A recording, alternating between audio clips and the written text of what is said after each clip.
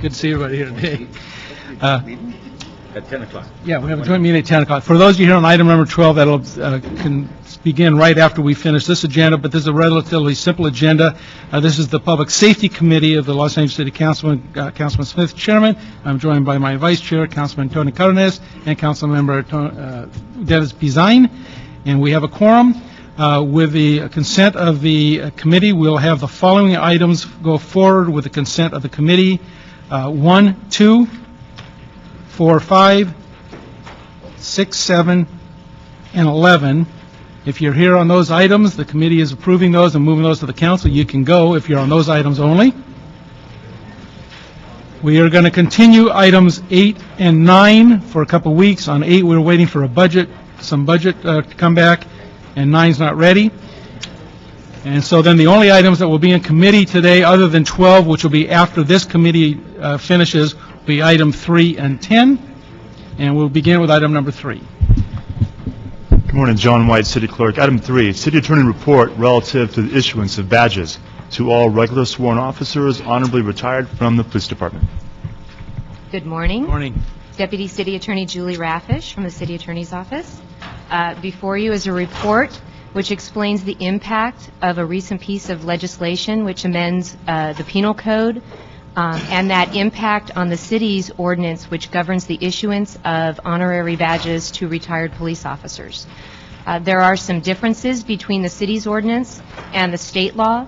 So what you have before you is a decision whether or not to amend the city's ordinance to be consistent with state law, or to repeal the city's ordinance in its entirety and allow the issuance of badges to be governed by the state law through a process established by the Board of Police Commissioners.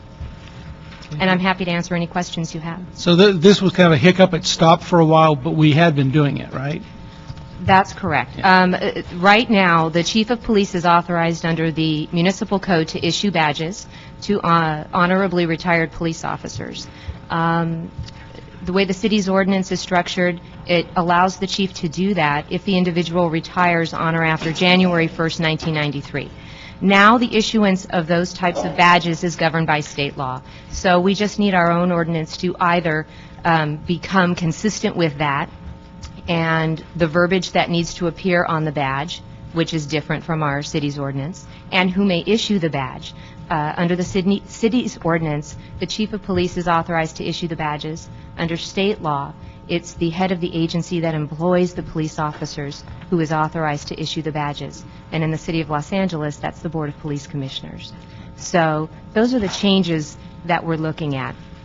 I included a draft ordinance for discussion purposes, and with the committee's agreement and consent, the committee can approve the report and make a recommendation to the full City Council to adopt an ordinance with language similar to that I've provided to you today.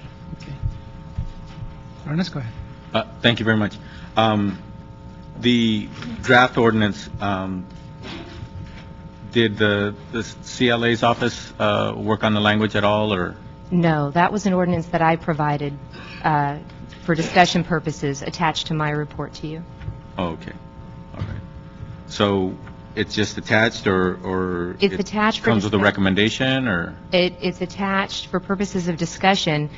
It was really up to the committee to decide which course to take, whether to amend our ordinance or repeal it. And that's why it's really up to the committee and the council to decide which course. Yes. The language on the badge, should we concur with what the state has now provided? What would the language on the badge say going forward? It would need to say honorably retired. Right now, it just says retired, I believe. And right now, the badge is configured in such a way it contains a blue banner across the badge that says retired in white letters, I believe. So it would just need to be consistent with state law and say honorably retired going forward. I mean, this sounds kind of silly, but the more letters, the smaller the wording. So does it make any sense to put HON dot and then retired? I mean, could that be an interpretation of that, or does it have to say honorably Well, I think it probably should say honorably, simply because that's what the legislature has provided for. And in order not to be inconsistent with state law and run afoul of state law and possibly be preempted by state law, we want to make sure that whatever specific dictates the legislature provided for, we're acting consistent with that.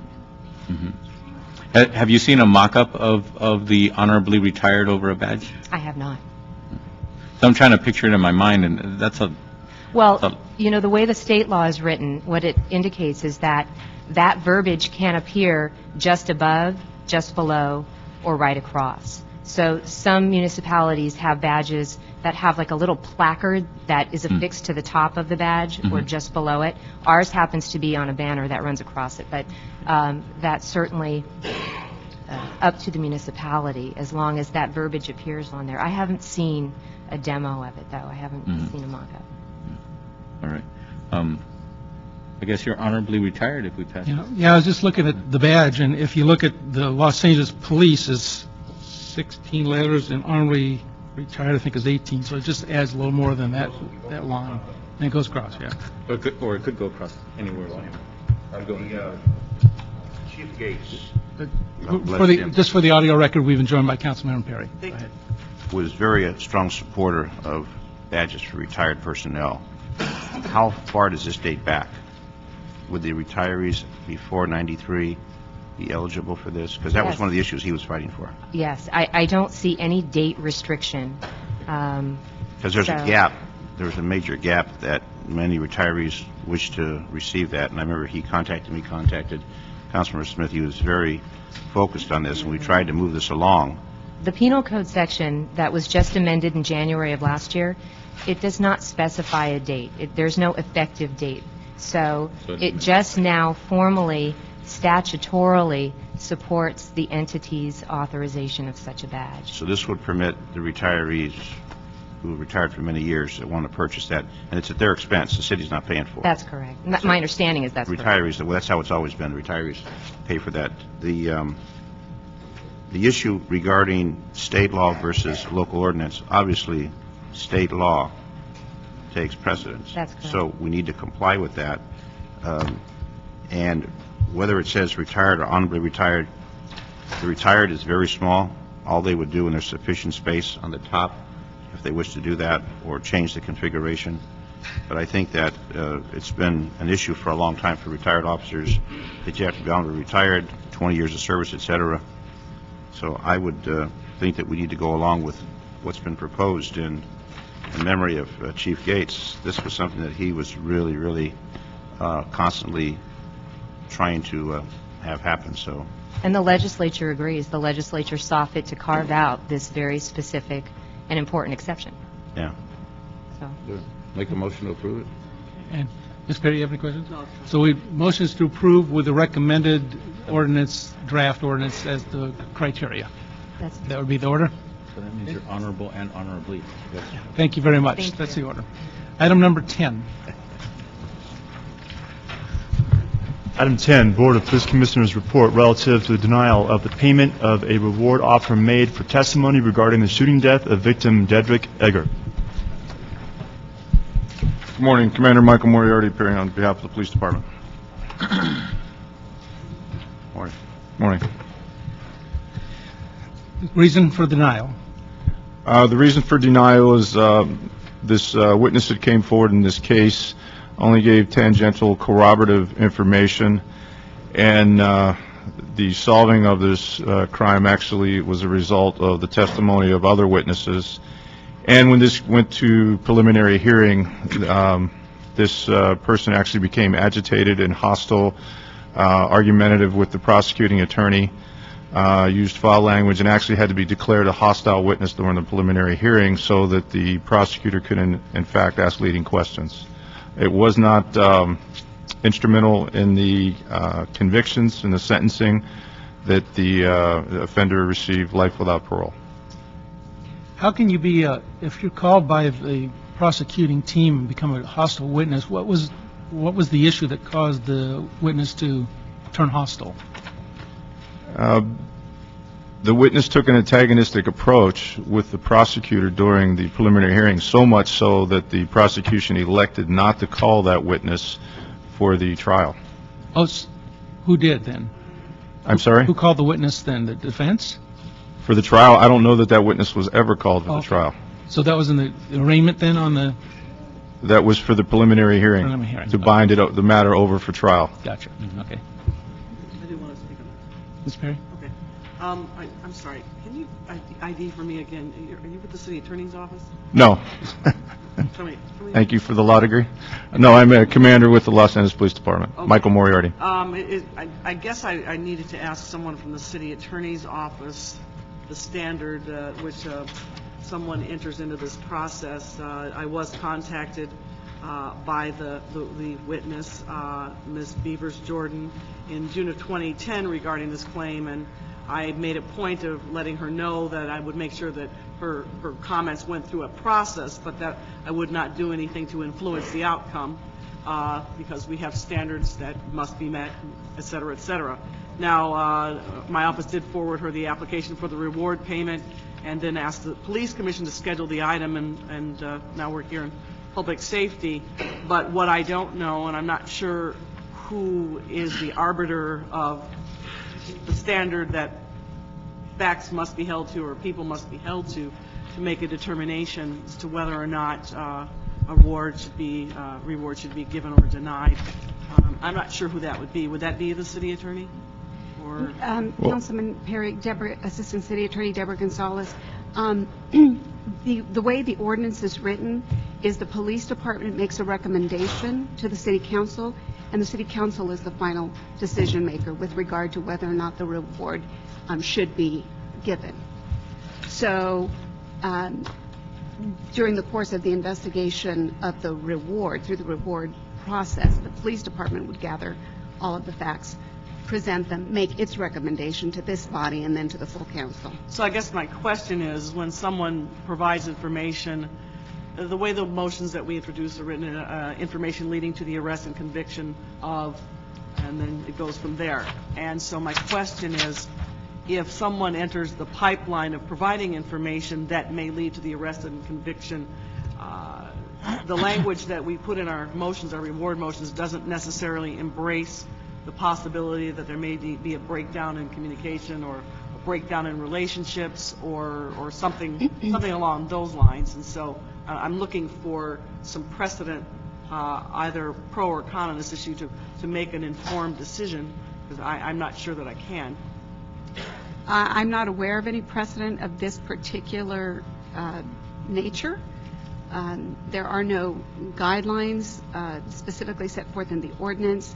I will say that the ordinance, to my recollection, I don't have it here in front of me, but it uses language to the effect that the reward does not create a right at all in the person who is applying. Obviously, the council, in its best discretion, makes its judgment based on all the facts that's presented to it.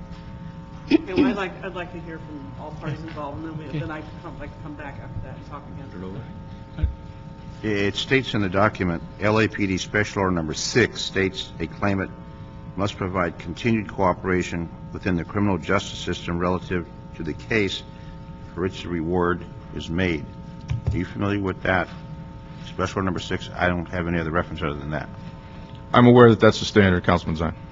But is that then, while a special order regulates police department activity, that special order language should then be in the ordinance where rewards are posted? And if it is, we should know that the claimant must be cooperative during the process and not uncooperative or a hostile witness. If that's not part, there could be a problem with that. This claimant did not reach that standard.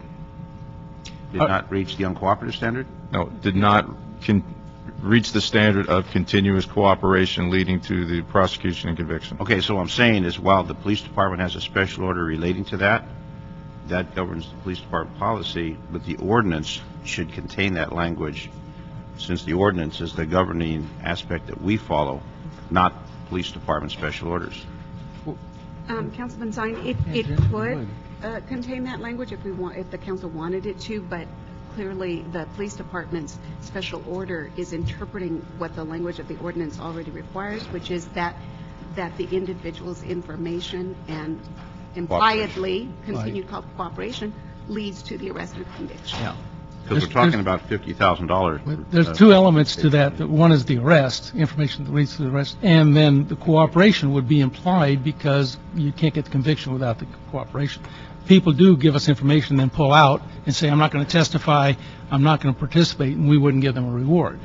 So I think there's two phases to that, and that would be implied then in the second phase. Cooperation is inherent in conviction. This is rather unusual where a witness Yeah. provides information and then turns into a hostile witness. That's not unusual at all. The only thing that we're here this body this morning is the fact that this individual is claiming the reward for that lack of cooperation. This happens all the time. Oh, it does. Particularly domestic I have violence. one more question. Yeah. So, I guess there's nobody here who can give me that definitive body of knowledge or work or precedent. And I can certainly understand why somebody would come forward with information and perhaps later pull out of fear or harassment or intimidation.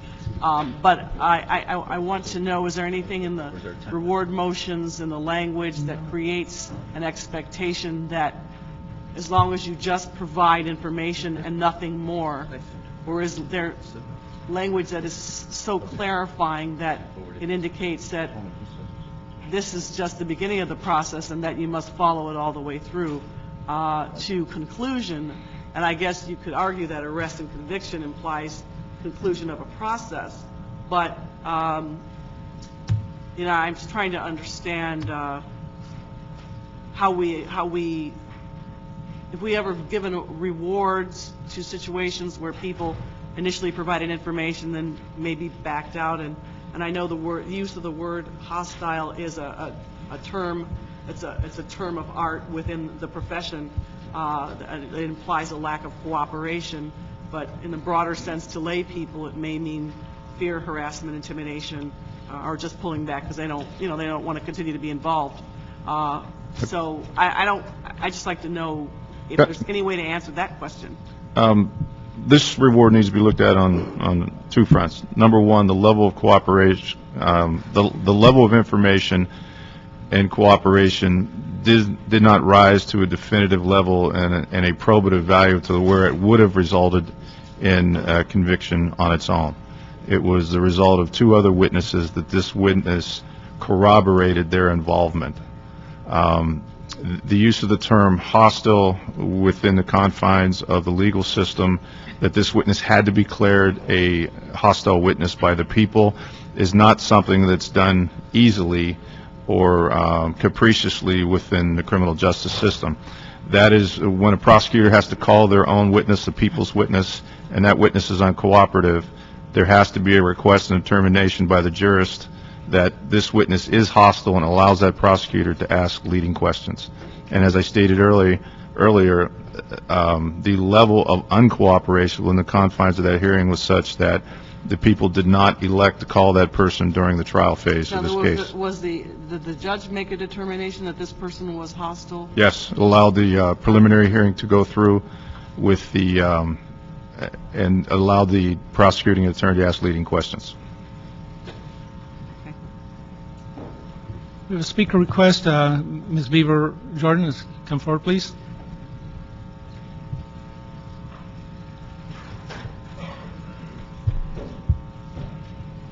Morning.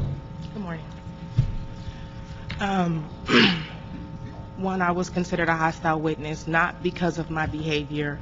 I read what the police commission presented, and that's not true. A lot of what they said in the report wasn't true. I was considered a hostile witness because they asked me, prosecution asked me a question, and I didn't remember. And my response was not to my recollection, not because of what was in their report that I was rude to the judge, I was rude to the DA, I displayed poor behavior.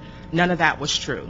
I didn't remember the question or what I stated in my statement, and she deemed me a hostile witness because she wanted me to remember something that I couldn't remember. She asked the judge to deem me a hostile witness, and the judge did. Well, ma'am, in the courts, in our courts, the non-answer of a question is quite common. happens every day. They don't declare people hostile witnesses for not remembering an answer to a question. It happens all the time. So I don't understand why you think that that's why they would disqualify you. That's when I was deemed a hostile witness. But that doesn't happen that way. Question. I was not rude to the judge. I did not display poor behavior. They stated that I used profanity. One, my mother was present in the court, and the judge was also, of course, there. For me to use profanity, I'm sure I would have been held in contempt if I went off on the DA and the judge, as they so put it. Okay. Anything further? Yeah. I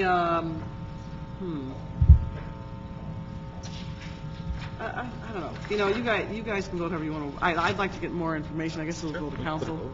And the reason I say this is because, you know, especially in areas like Newton, 77th, and Southeast, Southwest, and Central, we do press hard. And I'm not saying this will be an outcome that will work in your favor, but what I don't feel like I have. We're always encouraging people to come forward. It's one thing we do a lot, and all the press conferences and all the outreach, and I mean, you know what we deal with, and it's ongoing. I guess what I'd like. Can I state something? No, let me finish. Okay. From the city attorney's office or from maybe LAPD, I'm not sure the right place to ask. Just a very simple delineation as to their perspective from a legal standpoint based on the language of the motion that was introduced to request the reward and the standard that must be met throughout the process in order to qualify, and just to have something in writing on the record. Have the report here, and you know, I understand. I'm a little confused about the factual differences, what she's alleging and what's here in the report. And I'm not saying that one's right and one's wrong. I just like more explanation from the staff on the definition or the classification of a hostile witness and the actions that took place. So I can make a decision. Councilmember Perry, that is strictly a legal definition Yeah. within the confines of the criminal justice system that allows a inquisitor to ask leading questions. Normally, they can't over objections of opposing counsel. No, I understand. But I actually want to get the factual analysis on that. You know what I mean? No, I'm a little... No, her explanation differs from what I'm seeing here in the report, and I understand that a layperson may see it differently too. But maybe if somebody can get me that excerpt for the transcript so I can just read it for myself, that would be, you know, maybe that's the best thing to do. And I'm sure that's a matter of public record. We will get the transcripts, but that will come with a cost. How much do you think it'll cost? I don't want all the transcripts. I just want that portion. That section. That section. I don't need them all because I won't have time to read them all. I'm only interested in that particular section, extraction, that deals with the issue of hostile witness. Now, let me just suggest to you, because I was a paralegal for 14 years before I did this. I did litigation, and I know that it's possible to put in search words into the transcript from court records, and you pull out just the stuff you need. So, you know, you might have to work with the city attorney's office in the division that supports you and just ask them to do an extraction. It would be with the district attorney's office. Okay, well, even better. Yeah, okay. They may already have the transcript of the preliminary hearing. They We'll may. cross our Okay. fingers. I would just like to read the language as it was recorded by the court reporter, and then I would feel much more comfortable that I can make a decision based on fact and not on I don't want to be in a he said, she said situation. I don't want to do that. Only because, again, we encourage our folks to come forward and to help us. So I want to be analytical about this and just do it based on facts. Okay? Continuation. Okay. Whatever you guys... 4 weeks? 4 weeks? Is that good enough? Yeah, let's just continue 4 weeks. And And thank you for your, your openness to letting me. Yeah, I will make one statement, Madam, that it's my experience with the legal justice system, people do not get declared hostile witnesses for just saying, "I forgot." That's highly unlikely. So we'll see. Okay. Thank you very much. That concludes items on the regular agenda. We have one public comment before we go to item number 12. Phyllis Doherty. It's on the Parks. Oh, where is he? City staff.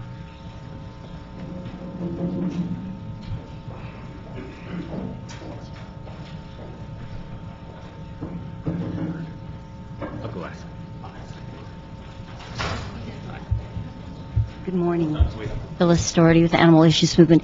I'm here because of the change in the Department of Animal Services, and Linda Barth is no longer there, as you know. Most of us found out, I think, the same way she did, that her email was just cut off.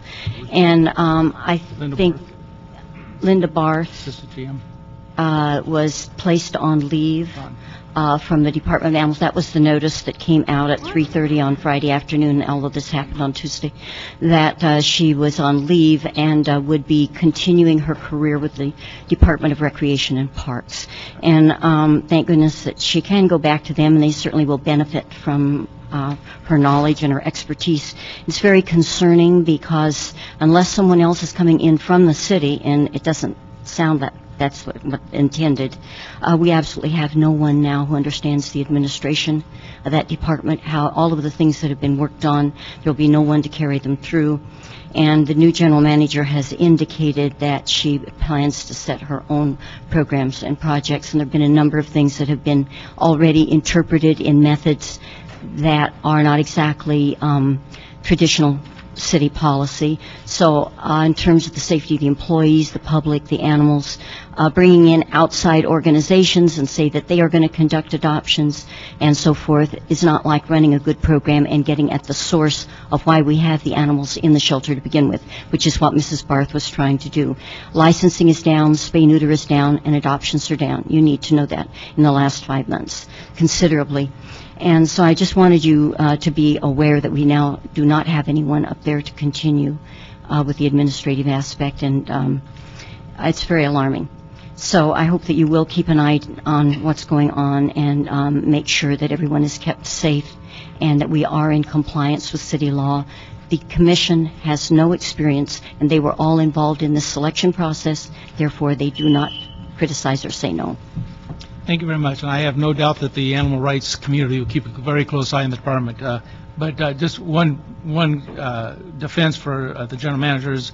A lot of the reason that a lot of those things are down is because resources are down, and we're limiting hours and limiting staff, so things don't get done, and that's the cost. So that concludes the public safety agenda. We will now move into the special item number 12, which is the joint committee with public. Budget and Finance. I am sitting as vice chair of that as well, and Mr. Parks is on his way. He should be here shortly. So we'll go ahead and start with item number 12. Item 12, Public Safety Committee Report, Motion Cardenas, Alarcon, and Department of General Services Report relative to staffing the Police Department's Metropolitan Detention Center. You also have before you 2 reports, one from the CAO and another from General Services. Chief, Department? Great. Do we need to have Peter have a plan for budget finance? He's on his way. You can start a meeting You whenever. can start with that. We'd have to send it, have 2 different. Okay. I'm in control. Huh? I am in control. I know that.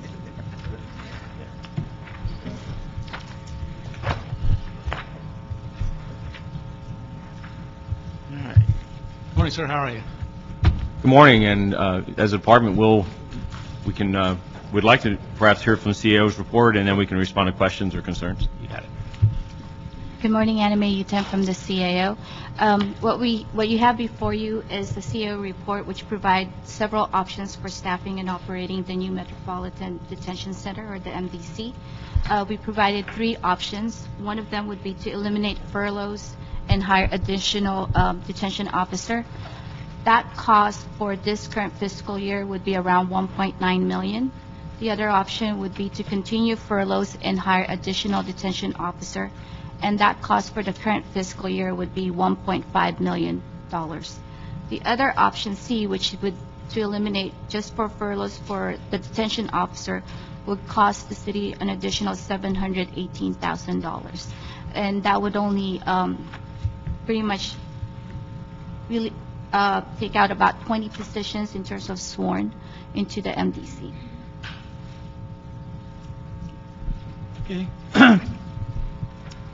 Patty Huber, Assistant CAO.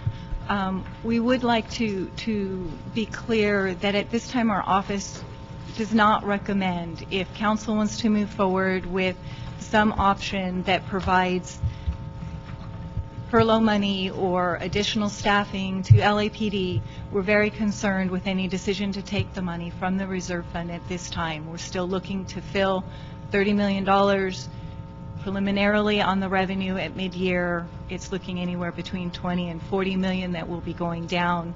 The contingency reserve is at approximately 60 million right now. And while the number seems small, a couple of million, $1.5 million, we just would urge caution in taking money from the reserve fund at this time. And just for the record, for those that sit in the audience, the council had a report before them a week ago to start eliminating the $63 million gap. They only chose half of it so far. So Correct. half of it's still hanging out there unresolved at this time. Yeah, and actually 12 million is up before council this week. So. Only 12 million, though. Well, that's part of the 30 is, we did 18, council has to still act on the 12. And that gets us halfway there. And they still haven't resolved the other half yet with 4.5 months to go, 5 months to go. All right. Chief. Good morning, Assistant Chief Mike Moore with LAPD, and we reviewed this report from the CAO's office on late Friday, and the recommendation that's contained within, which is the department be allowed to, or the department would continue to use its the least worst option, which is the assignment of 83 personnel, officers, and another 5 supervisors to the jail to allow us to transition from the Parker Center Jail, its current facility, to the new MDC jail. The CAO's report, I must comment, it was just recently provided to us, but in our initial review of the options, it appears that all 3 options underestimate the number of personnel that would be needed. So just for a matter of clarity, we recognize the end recommendation is that the monies not be identified and provided to the department, but all 3 of those options vary as to the number of additional personnel would be needed. For instance, in option A, my initial look of this, 49 officers that would be required. In reality, we'd need an additional 34 on top of those 49, because the estimations of the impact of the furlough, as well as just the total number of positions that are needed. As we sit here today, the 83 additional police officers are currently assigned to the jail. We are, as well as the 5 supervisors, they have all been trained. The plan, as we are here tonight, or today, is on Tuesday night at midnight. Wednesday morning, the Parker Center Jail will close, and we will transition the prisoner count, the load that is there, to the new MDC and begin operations within a 12-hour period on Wednesday. In looking at this and moving forward, the department wants to point out that physical safety and security at Parker Center Jail is still very much a significant concern. There is an absence of a fire sprinkler system there that is a significant risk, as well as the seismic safety of that building. The continued instances of leaks within the plumbing within the jail facility. I'm not talking about just the property, which we know we've vacated earlier, but the jail facility itself, as well as safety issues for the prisoners, such as modifications to the beds within the spaces if within Parker Center. Those have been held off on, so as the department not to incur another $70,000 to $80,000 of retrofitting costs, recognizing that we're moving to the new MDC. The department has been allowed to remain within Parker Center, but it was until January of 2012 with clear understanding that we would that allowance is because of an absence of available space. And so that absence is not of available space is for the SID, which is our Scientific Investigation Division, polygraph, photograph, and fingerprint analysts. Piper Tech is presently being rehabbed in the sense of new facilities that are being constructed for the SID personnel to move. Lastly, With the opening of the property division in the MDC, we're currently having to staff a front desk at both the MDC as well as Parker Center because of safety and security concerns. With this movement of from Parker Center Jail to the MDC, we will be in a position with some fencing and other minor capital changes to staff one desk instead of the two that we're presently having to do. Okay. And for the audio record, we've been joined by the chairman of the committee, Bernard Parks, and we're very happy to see Councilman Bill Rosendahl back, looking rosy. Thank you. Eggs for everybody. We have, in case you guys, it's your first time here, we have a brunch normally here, and... I'm kidding, I'm kidding. Not played. All right. Questions? Mr. Cardenas. You know, they're bringing my larger list of questions, but I'll just go from memory.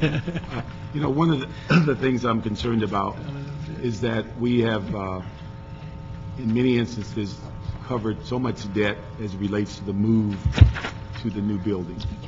We had, I think it was like a $10 million, correct me if I'm wrong, about $10 million for the servers that we just miscalculated and had to put money down on P4 to put your servers. We had to then find money to the people we displaced. We then had to come up with $1 million per year for keeping Parker Center open, because it was amazing to me that, as we were told, that the lab wasn't considered to be moved to Parker Center. And so we said, everyone, at least from my perspective, thought all that was going to be a clean move, that Parker Center would be vacated. So we've had to do that $1 million. Then we got a bill for like $21 million, get us another lab. And we said, well, we don't have $21 million, so we asked the department to look at Piper Tech. They said it wasn't big enough. We then sent the CAO, CLA over there. They said, well, it is big enough, but it's still going to be $12 million, and it's going to take us 2 years to do.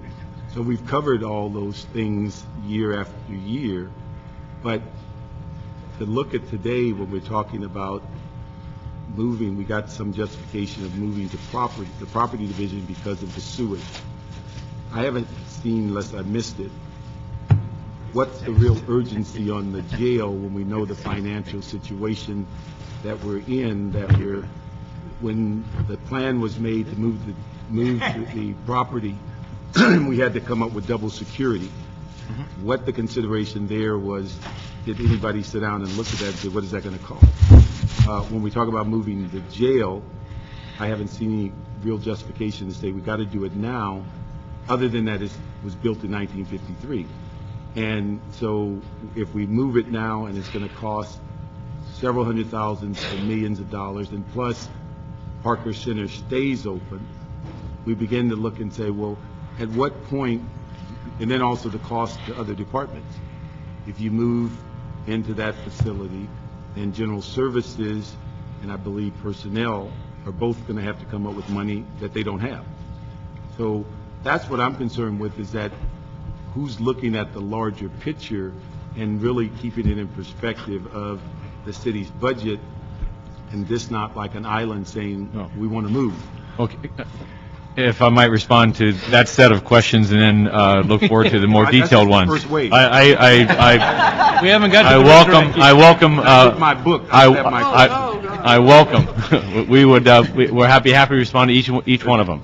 Let me first begin with our most recent citation is in July 2010. The department was cited yet again by Cal OSHA for lack of a functioning HVAC system, as well as leaking pipes within the jail division, and an infestation of insects. The seismic safety issues that are there go all the way back to 1994.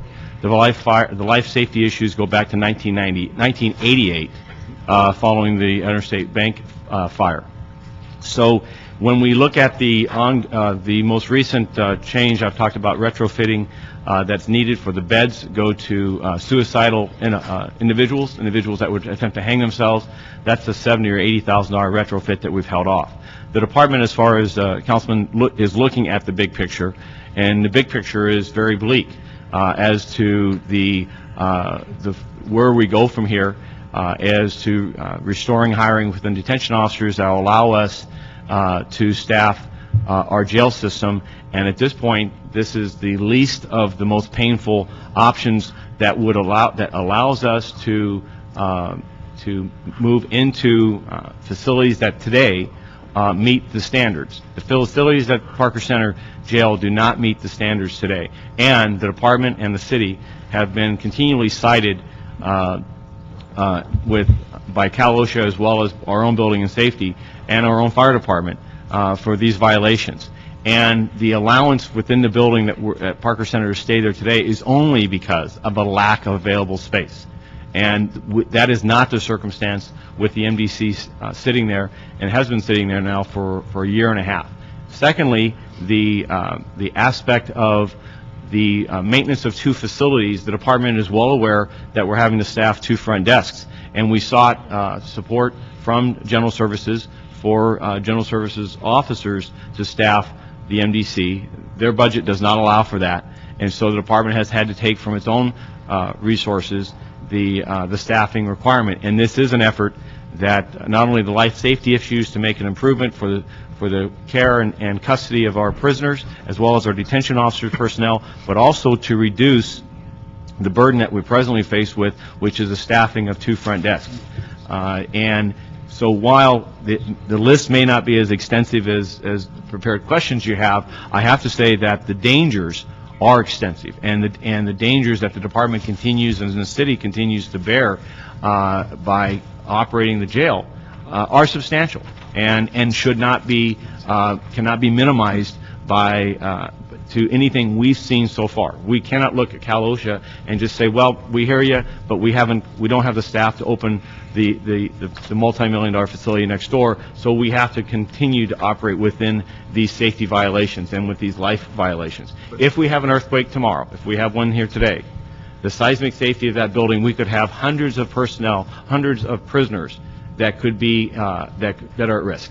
And right next door is a state-of-the-art facility with modern amenities and safety provisions that we're not utilizing. And it does not appear, and this is what Chief Beck is looking at, in the long run, it looks like these are circumstances that are not getting. This isn't just hold off for 2 months. This isn't just hold off for 3 months. This is holding off and continued despair in the coming months and years. And how do we change? How do we change this where we move into this new facility? And this is one the department is taking on the chin as far as with our existing resources to staff that position. Finally, as to the added maintenance personnel and to the 4 additional nurses or medical personnel, the department is those added costs we recognize are the desires of those 2 departments that they be met. The department is making, we believe, that the custodial staff that's within Parker Center Jail can come over to the new jail and should come over. That the existing medical staff that is there can come over and will come over. As to augmenting those staffing levels by an additional 4 nurses and an additional 9 custodial personnel, while we recognize that that's the department's desires, the LAPD is not. We're not in opposition to that, but we also do look at that and say that we would like to try is our existing staff within those two assignments, whether it be the custodial staff as well as the nursing staff. We'll know much better 6 months from now what that facility will and will not support. This is the first significant facility of 4-pod design that this department has to digest. We believe that the medical staffing can be sufficient at this point. However, we won't argue with the personnel department and stand in their way of getting the added personnel. But we would argue that it can be done with what we have now. But what we've seen in the past, and this is where we get taken down a path, if you get in the middle of opening the jail, now who's going to vote against? Then you come back 6 months later and say, we can't maintain the jail. So once we get into the jail, we're committed for the long haul. We can't maintain the current facility. The citations that we're receiving in the current facility, as I would argue to you, these are not status quo conditions. These conditions we're presently engaged in within Parker Center. There's a misnomer that they're existing, that they're satisfactory, that they're acceptable. They are neither. Well, let me say this, the building hasn't been acceptable for 15 years. I mean, you can walk in the stairwell and look out and see the sun. So it's not been acceptable for 15 years. Yes. The elevator still stops at eye level of the floor. So we know that. We've all been there. You know, we've all been there. We've all Yes, we been have. on that elevator. We've all been in that stairwell. We've seen that. But the issue is, today, when I look at the CLA's report on page 3, and they say cavalierly that if we do this, our recommendations, sufficient funds will have to come from city functions, and we'd have to cut other places. Well, that's where the rubber meets the road. And by not identifying, we then have to go back and say, all the things we've cut in order to keep the police department whole, if it were all being done internally, and I think that's Mr. Cardenas's motion came up saying internally, then that's one picture. But when we start talking about cutting other departments to make this happen and the urgency, that's where I get concerned with it. And again, we know that at the end of the day, which we've done at least maybe 6 of the 7 years I've been on the budget committee, at the end of the fiscal year, no matter how much we jump up and scream about budgets, you guys bring us a bill at the end of the year and say, we didn't quite make it, and we cover it. So, because you've never gone unpaid, we do make, you tell us about, I can't make payroll, we do make that happen. Well, where does that come from? That comes from all these other departments that basically get cut for that benefit. And I think that's what I'm concerned with, is that we're going down that same path. And, not to mention the little $9 million deal that we have in this year's budget that we forgot to put the officer's uniform allowance in, another absorption. I mean, so these are things that we just keep going down this path. And when I read this, I just look at it as, yes, we get citations. Yes, the building hasn't been functional for 15 years. Yes, there's cracks in it that you can see the sun. The elevator doesn't work. The plumbing doesn't, I mean, it's been that way for 15 years. But the urgency of today to cost the city a couple of $1 million, $3 or $4 million over X number of years, in this budget crisis, I just don't know if that urgency, if something's happened between now and then, what is that urgency? Well, again, I would draw attention to the option or the recommendation as to the added funding for the personnel department and general services. Again, the department is willing and desirous of not impacting other city departments by the identification of $922,000 or what's been required here for the added personnel. That's general fund. The other departments don't have $900,000. And to the extent that the added custodial workers that are needed for this facility, again, we would we understand the possibility that those personnel are not going to be available, and we will do the best we can with this new facility, which we believe will be a remarkably a much better position in which to try to keep clean than the existing facility, which has no air circulatory system, so that the screens are literally open, and we're airing the place out with just ambient environmental air around us. That just the movement of the facility to a 2010 standard, we're hopeful is going to improve the life and safety of the personnel. But again, in summary, the added custodial personnel, the added medical personnel, we're willing as a department to use our existing staffing that we have and make every effort to make that work. That's the position. The department is not looking for other departments to fund this initiative. As to the budget, Mr. Chaliff is not here, and I don't know. I'm not prepared to talk about where we're at in today's budget mid-year versus what the stated budget was. Well, I think the issue is you're prepared to do that, but in reality, you just shift one citation for another. If the jail isn't kept up, if you don't have the medical staff, that's another department that gets cited compared to your Cal OSHA. So we're trading one group of citations for another. So that's why I said if you get in there, you will be back here telling us if you can't run it properly. However, I will not be back here telling you I don't have a fire sprinkler system or I don't have a seismically safe building. And that is presently the circumstance there at Parker Center. I'm going to take a breath and let somebody else Okay. talk. And he will. Mr. Cardenas. Yeah, I wouldn't worry too much about the state enforcing the Cal OSHA, et cetera, because I think the inspectors just lost their cell phones and their vehicles. And it takes a long time to walk from Sacramento to here. It's about 350 miles. So I, with all due respect, I don't think that they're going to be going through their paperwork with vigor and extreme pace.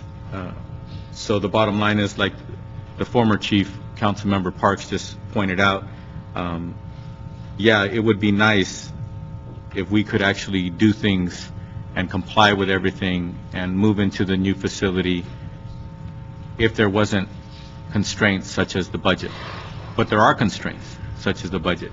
And one of the things that I have to point out is that the biggest constraint on the entire city budget, and the constraint that is actually facing us here, is the number is 9,963. That's the real number. 9,963 sworn officers, which the mayor proposed in the budget last year, the council concurred, and now that's the biggest constraint. Because what we're looking at here, understand that my motion that's before us, the main reason why I introduced it was to make sure that we do all that we can to make sure that we keep as many sworn officers on the street and then maximize civilian responsibilities, as the department ideally would like to do, correct? Isn't it ideal for the department? Forget about the word ideal. We're not in ideal times at all. Let's just say, isn't it the philosophy of the department that if we have sworn police officers, that those officers should be protecting and serving on the streets and maximizing that presence rather than either working behind a desk or working detention? Yes. Because those other jobs are, in fact, we have trained individuals who are considered categorically civilian individuals and civilian responsibilities, correct? The department has engaged in civilianization efforts for the last 30 years and continually does so. Yeah, but the thing is, we've gone backwards in the last 24 months. More, we've gone backwards in the last 12 months because we have sworn officers doing more civilian work today than they did a year ago, and the year before, and the year before. Isn't that the case? We have bare spots, if you will, in our workforce. Our civilian workforce is down some 600 positions. That has created bare spots of functions that are not being done, that are critical to our operations, and this is one of those. Yes, you're doing a great job, Chief Moore, of reminding us that you're holding the department together and you're trying your best to make sure you get critical functions done.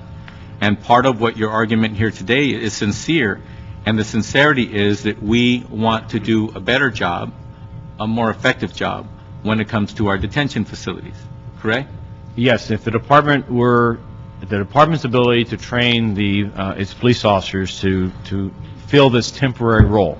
The department has identified this option now for the last 6 months, and its effort is to do it as a temporary measure. This is by no means the desire of the department to operate in some permanent fashion. If the department could restore hiring within the detention officer class, the training alone is 2.5 months.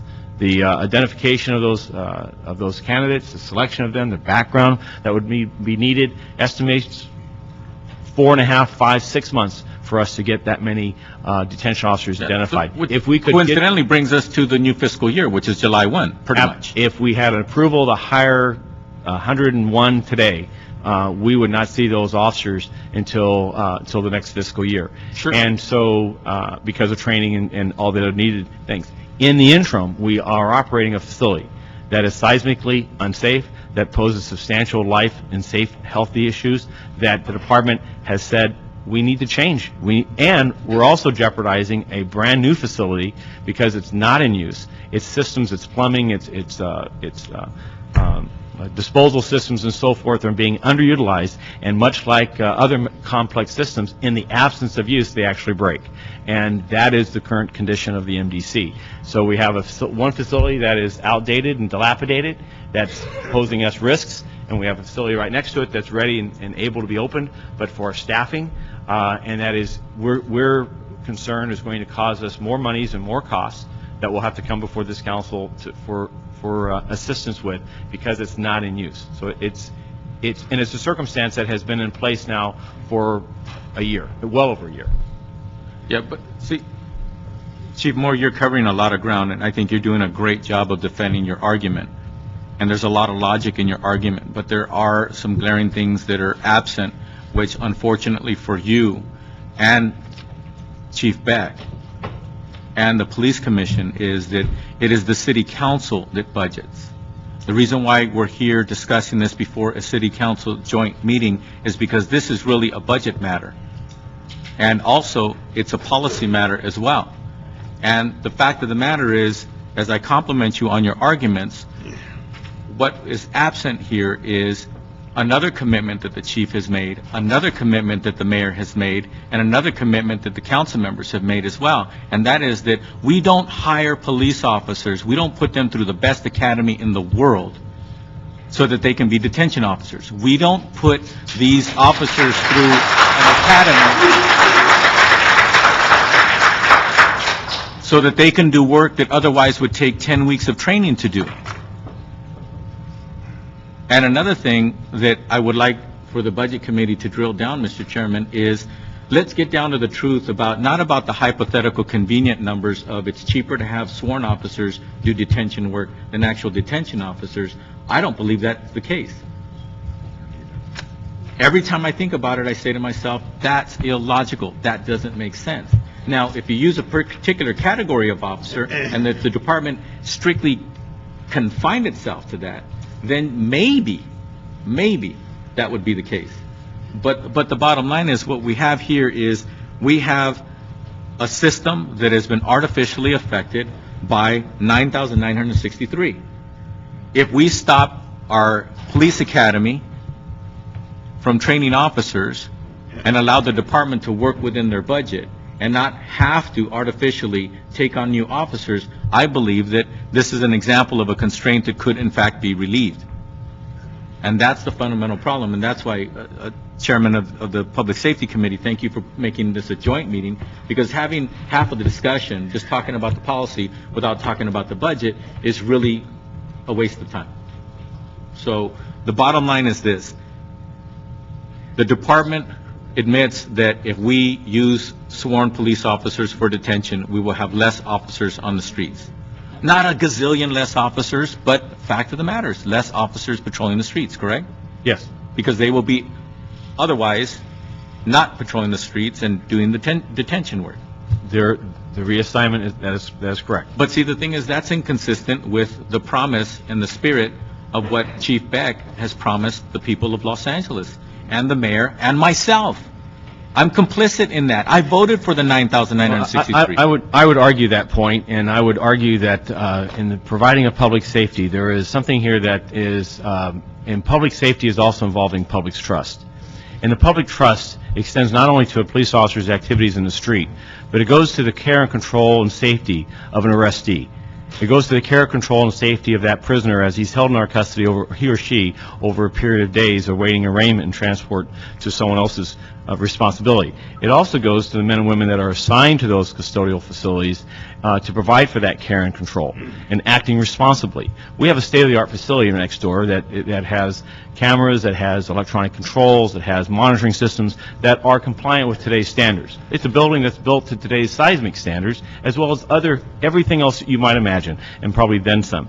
And in contrast to that, we have a facility that was built in some 50-some-odd years ago, has a capacity of 151 that we've unilaterally ignored for the last 40 years. It has seismic safety issues that we look at and say, well, I understand, but we've been doing it this long. Look, and as we do that, the public's trust is, when do you stop? How does the department say, we just need to continue to do this? But what's unfortunate, your arguments are honest and true, but what's unfortunate is we have constraints that are forcing us to have to make compromise. They might not be the ideal compromises, but the bottom line is those are budgetary and policy decisions, right? You're absolutely correct. We're making compromises, and as a department, the department is trying to make a compromise. because it is not desirous of taking Yes, uniform but officers. with all due respect, the department is trying to make compromise within the confines of a third rail that the department is not willing to speak to or not willing to address and not willing to be public about the fact that does 9,963 make sense? And you're not authorized to answer that question. So I'm not going to ask you that question unless you'd like to. Are you authorized to answer that question? I'm authorized to respond to any question I feel I Oh, have really? information that I should So respond. what's the department's position on the 9,963 officers, the artificial number? Should we alter that and stop hiring officers so we can dedicate those same funds to hiring detention officers, to hiring civilians, et cetera, and the department working within the same framework of a budget, but not having an artificial 9,963? I wasn't going to ask you that question, but now that you're willing to answer it, please do. The department is 9,963 is a staffing commitment that the department has been provided through this past fiscal year that we're in the midst of, and we will end at 9,963 by the end of this fiscal year.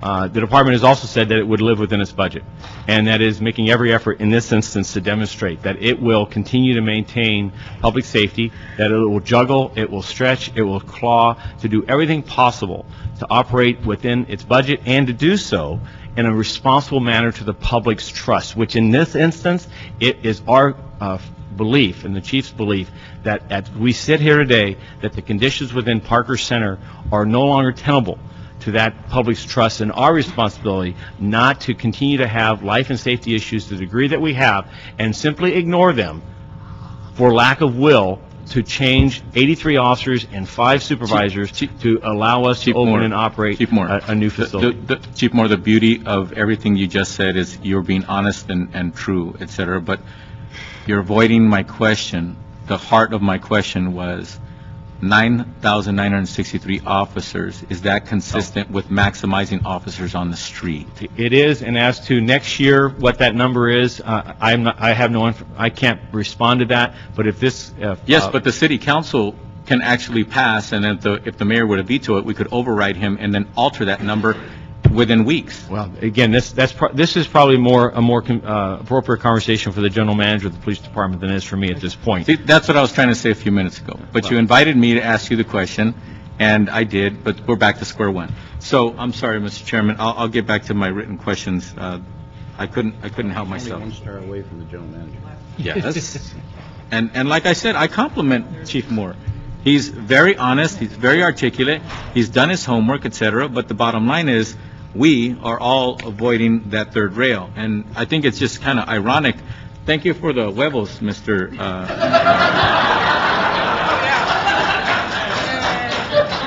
If you start throwing, I'm having you evicted. No. Throw them. No. They're fresh. Sell them for the budget. Don't throw the eggs. Don't throw the eggs. Okay. Are they rotten? They're great. Are they rotten? They're great, organic, but they're symbolic too.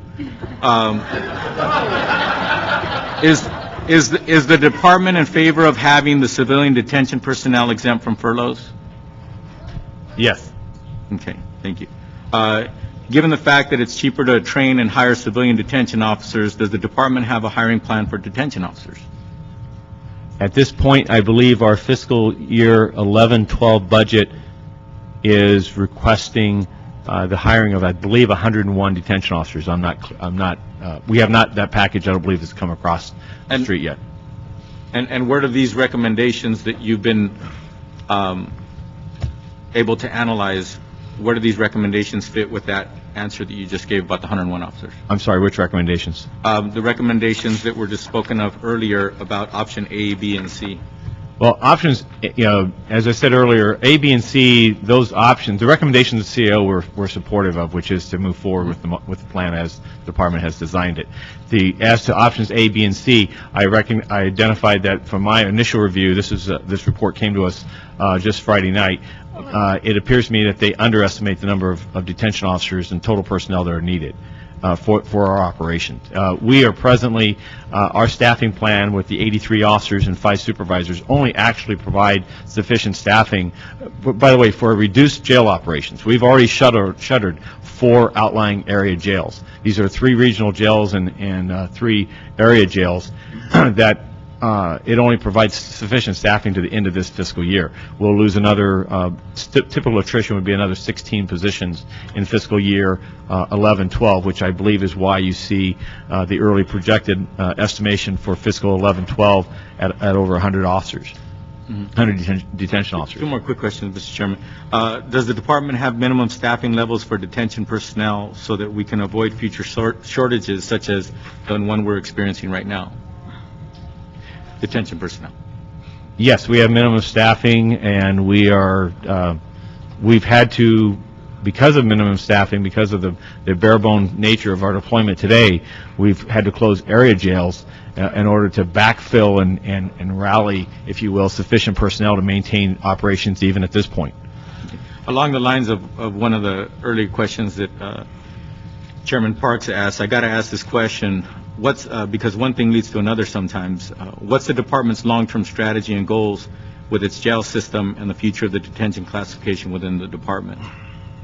To return to hiring, maintain full staffing, and enjoy the work that these men and women do each day. It's the civilianization of this position is very much something the department supports and wants to see continue. Okay, thank you. Thank you, Mr. Chairman. Before I turn it over to Ms. Perry, I have one question for clarifying Mr. Carn's question. He asked the question, is the department opposed to removing furloughs in the detention officer? You answered yes. No, I'm sorry. Well, okay, I think I know what you're saying. I assume that was based on the fact that you would then have to find the money within the department to do that. Would you oppose it if the council found the money? The department would like to see the elimination of furloughs as funding allows. Okay, that's what I thought. Okay. Ms. Perry? Mr. Chair, thank you. Number one, I don't see how we're going to work through this today. I really don't. I would need to have a fundamental issue with failure to identify the funding to offset increased costs. That's one. And, I have a philosophical problem with doing sort of an ad hoc decision that may lead to sufficient cuts in other departments to offset that without knowing and vetting and discussing that on the record first. It's like making a decision in a vacuum. It's interesting, in the report, the option for transitioning from 312 to 410 or a 540. And I know Peter's over here. Peter Repovich is over here. Yeah. Peter Repovich. Yeah, he's not paying attention like usual. Yes. But he's a very able-bodied representative. As we've had this discussion for so... Yeah, okay, thank you. For so many years, as an approach to maximizing our resources and possibly, saving money, and so there's no definitive analysis here in this report as to how much we save if we keep a hybrid option or if we go to a pure 410. I got too many questions here. The biggest question of all is, where do we find the funding to offset the cost? And I don't know that we want to try and do that to other departments anymore, or at this point. I can't make a decision based on what I've got here today, other than, and the numbers, obviously. But I don't want to seem intransigent, because I'm not, but... I think, Ms. Perry, I think two things you need to know is, first of all, maybe we won't make any kind of decision today, but we need to really be scoping the kind of questions we want answered. And so we can have that discussion, but also, too, that on Wednesday, this goes into effect, and we can't stop that happening, that the chief of the police department has the authority to go ahead and go forward on this, with or without. What happens is, now we defund some other departments of close to $1 million the longer we wait. So, well, if I might just again return to the point though of page 3, the impact on MDC and other city departments. Yeah. Let me just deal with the utilities first. Both buildings are fully lit, fully energized, fully utility-wise are both in play. It is our hopes. The jail. If you walk in the new MDC, every pod is fully lit, the water's on, heat's on, that building is ventilated whether there's a soul in there or not, which we happen to have people in. So the utilities of both buildings, if you will, as a cost impact, a reality check, there is no difference in utilities between these two buildings. That both buildings are occupied and in use now. As to the added medical personnel and custodial services, the department has stated and will state again, I'm not doing a very good job at this. We'll take the existing custodial workers that we have now within jail division, and we plan on moving them to the MDC with no added cost to any other city department.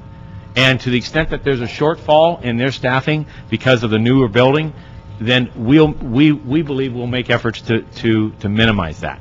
As to the same with the aspect of the medical staff, there is medical staff there in our Parker Center today, and it's our efforts to have them do the intake and care of the personnel there and the prisoners that are there, not at added cost. I think you just kicked the hornet's nest. Ms. Melloff. Hi, Val Melloff, Department of General Services. With regard to the utilities, they're currently not funded.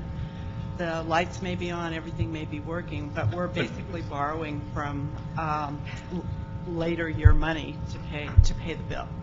So when we did the 10-11 budget, we didn't budget No, for both of them, not budgeted. even though that was what was going on? At the time, I don't know if it was included in the budget, but a decision was made not to fund it. I'd have to go back and check, but I can tell you we were not budgeted. All right. Well, I think that's I find that hard to believe, but I can understand there's been a lot of mistakes on this whole thing. I can't imagine how you didn't ask for funding for that when the facility was open and operational and the costs were there. Let me just check. I suspect we probably did, but I don't know. Let me just get back to you on that issue. With regard to the staffing, this is a much larger facility. Yeah. And like the police department, we're held to certain standards, state and local, and we have to meet those standards. At this point, given the size of the facility, given the differences between the existing jail and this new facility with all the additional holding cells, with all the additional toilets and so forth, we simply can't do it with 11 positions. Is that assuming full operation of all pods? We're talking right now full operation. Because that's not what is planned. Well, we've not been advised, we're not clear on what the plan is. Okay. So there may be a differentiate. Did the CAO take that into account, that they were not opening all the pods, and so the physical requirements of maintenance are not going to be 100%? Yes, we believe so. So you still came up with the additional personnel needs, even though there's two of the pods aren't even going to be open? Our recommendation is in line with GSD's recommendation with regards to staffing the MDC. I'm sorry, your recommendation is? Is in line with, our original report is in line with what you have recommended for staffing at the MDC. You assume they were correct? We were assuming full operation. And okay, so there's a differentiation right there. Right. And we did ask for MDC funding 2 years ago, when we originally thought that it was going to open. And at that time, it was not budgeted. Okay. Not for power and water and everything, or you talk about? We always ask for everything. Everything. As a rule. Now, okay. That's something we need to clarify. I think one of the things we're going to have to ask for, obviously, is CLA and CO to clarify these numbers, because you're operating on two different assumptions, one that's full operation, one that is not, and that we never did ask for water and power to be included in the budget this year. But even if MDC is only partially open, only a couple of pods are open, we're still going to need the additional staffing. The question because is of the nature of the building. But your request for 9 was based on full operation. Right. If you're at 70% operation, it shouldn't be 9. Because of the nature of the building, and I have a technical expert here that can speak to that matter in more detail, we would not be able to clean that facility without the additional staffing that we requested. I find that hard to believe. It has to do, Loretta, you want to join us, please? It has to do with You're also going to be cleaning a lot less at the old detention facility, too. No, those positions are going to move over to clean, Yeah. so we wouldn't be doing that. But I'll let Loretta Quinnan, our Director of Custodial Services, address it. Not only in this facility do we have all of the cell blocks that have increased numbers of toilets and fixtures. We've got 4,000 versus the 70 or 80 that we're cleaning right now. That's right. don't need to tell anybody, cleaning of a toilet is not an easy process, particularly in cells where people do not want to be there. On top of that, we've got the administrative section that can't be ignored either. We have no guarantees that if we only open 2 blocks, that arrested populations won't explode beyond those 2 blocks. And now we're into a 3rd block because on a holiday weekend or anything that we don't control, it is extremely difficult. We've got a lot of glass in that facility that we don't deal with right now in the existing facility. The levels and details of cleaning are very different in this new one. And I know that the report says 11. We've already reduced the staff ourselves due to existing constraints because of vacancies beyond our layoff requirements through attrition. So we're already below what the report says. Hi, Gloria Sosa from the Personnel Department.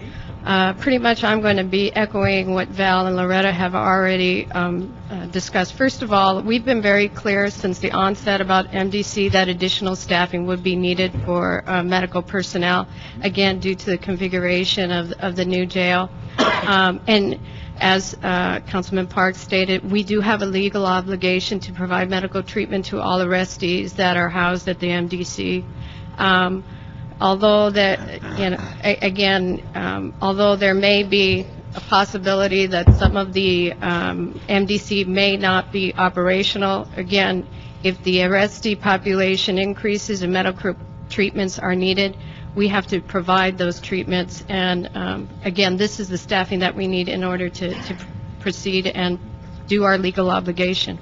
Well, for both of you, that opportunity is always there anyway, that if we have a mass arrest or something significantly changes the population, the prisoner population, you deal with it.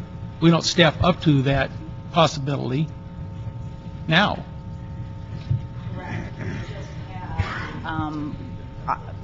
I'm going to go numbers from the top of my head. We have an inordinate increase of individual cells in the new thing, which will, due to regulations, we will now be required to operate under.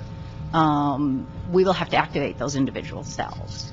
So now you've got 4 extra walls that we didn't have in the old jail. We've got the glass, we've got the toilets, the sinks, all of those additional fixtures when you explode into that.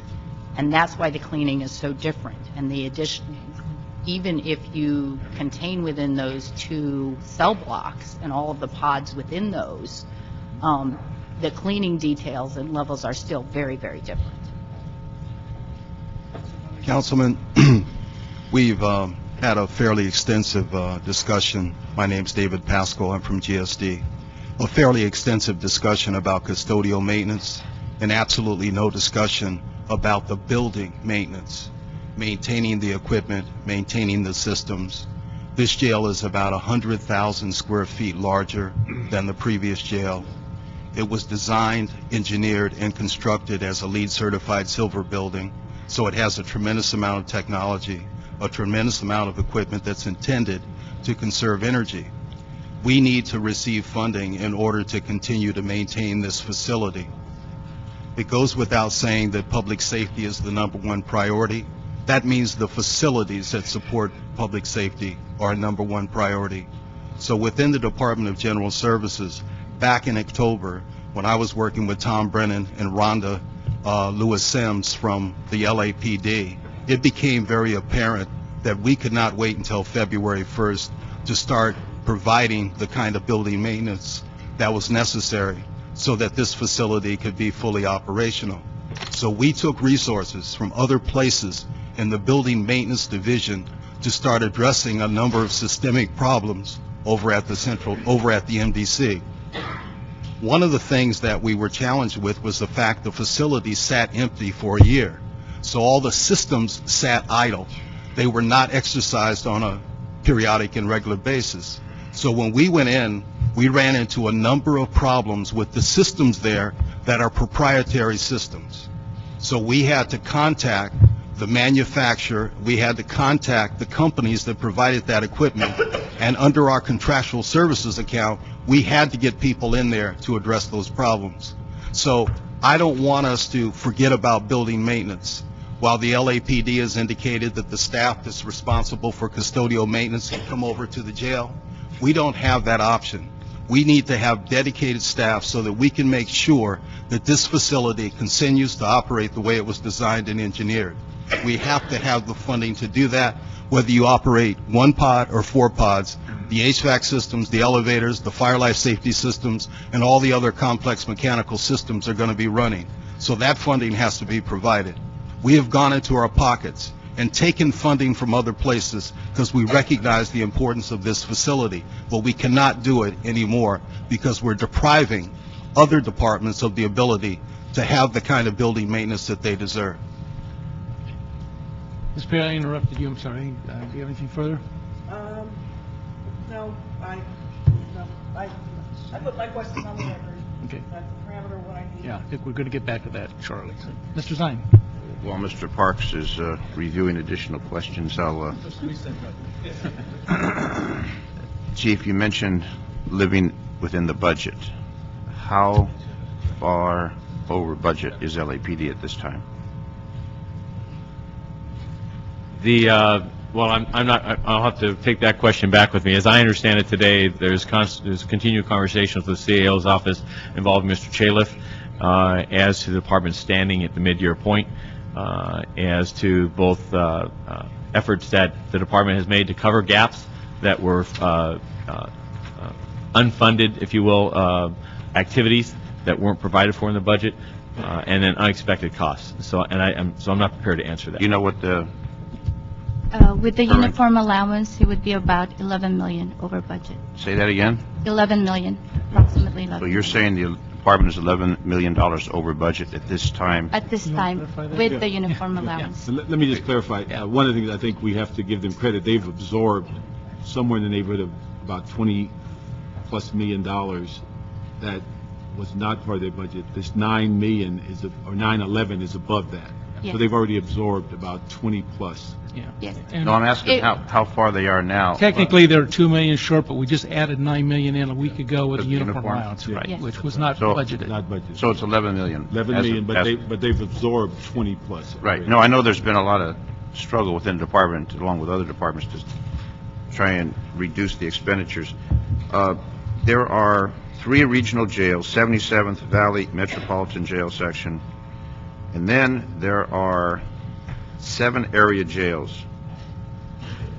Under ideal situations in the past, with 21 police stations, there'd be 21 divisional jails. Obviously, that's been cut down. How many of the 7 area jails do you anticipate continuing operation, or are any of those going to be closed and then reverted to the regional jails? Yes, we are pulling back to 3 regional jails and 3 area jails. So what are the area jails that are going to be in operation?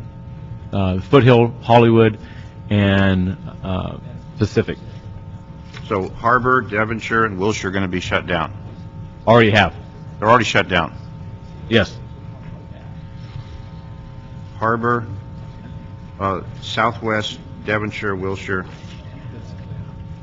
are shut down as of now? Yes, have been. So those individuals are being transferred to the regional.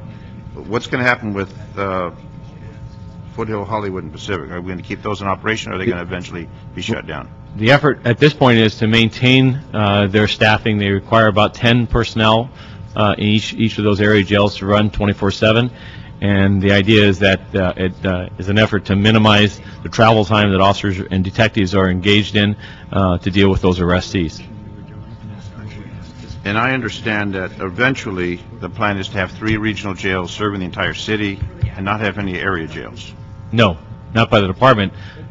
So you plan to keep 3 area jails in operation? Our desire would be to have all 7 area jails, including the most recent addition being the Harbor Jail, which is, again, a much more modern, state-of-the-art facility. But all 7 area jails, we would be desirous of having those in operation, in addition to the 3 regional jails. That affords us some maximum capacity, as well as flexibility in the sense of where personnel are booked and maintain custody. So the personnel from the jails that have been closed, they've been transferred to the regional jails? Everything has been a rally point of bringing, up to this point, has been to harvest those personnel so as they can staff the remaining facilities. So an officer that makes an arrest in Topanga is going to have to go to Van Nuys. Officer that makes an arrest in West Valley is going to have to go to Van Nuys. So the officers in the outlying areas are going to have to go, other than the 3 area jails, to the regional jails. Well, that is in practice today. There are strategies. The particular strategy in the Valley Bureau is on busier nights that the deputy chief there has the discretion and can utilize a commuting system, if you will. They'll rally arrestees and then transport them down to the Van Nuys facility if the volume makes sense. That's one of my concerns when the volume, for example, the Metropolitan Jail section, if they have a problem in the Valley, they're going to transfer them to the Metropolitan Jail.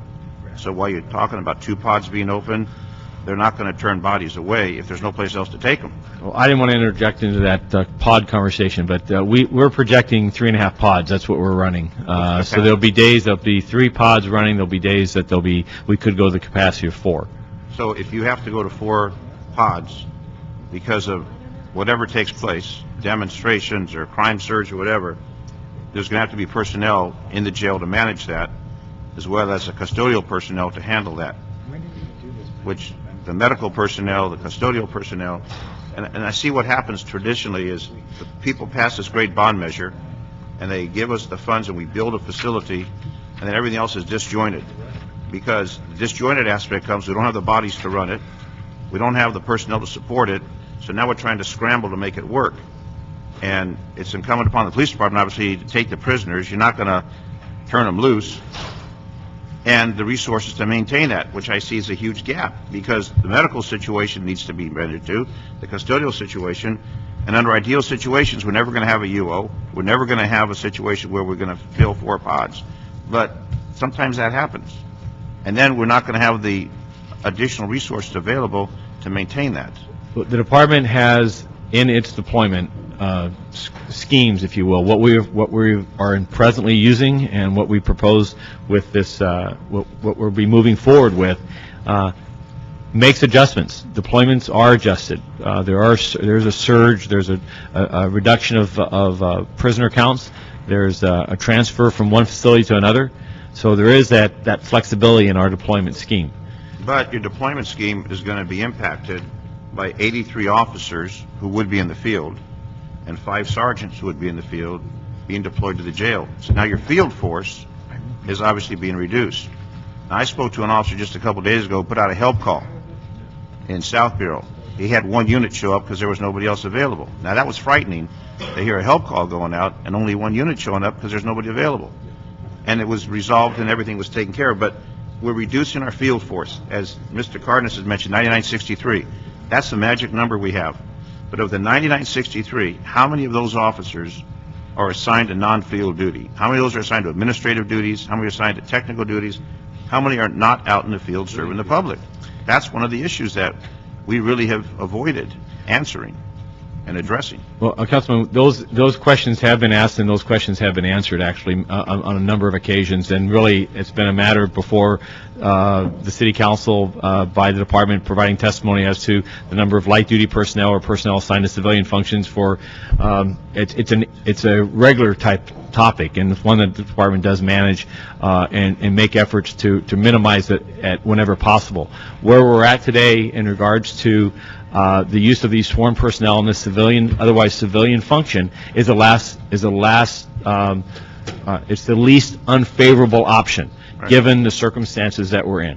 The department is not attempting to argue this on its merits that this is a good thing to do. It is instead trying to argue that it is a necessary effort that it's a circumstances to continue to operate within Parker Center Jail in its current conditions is, we do not believe is the most responsible use of our resources that we have available.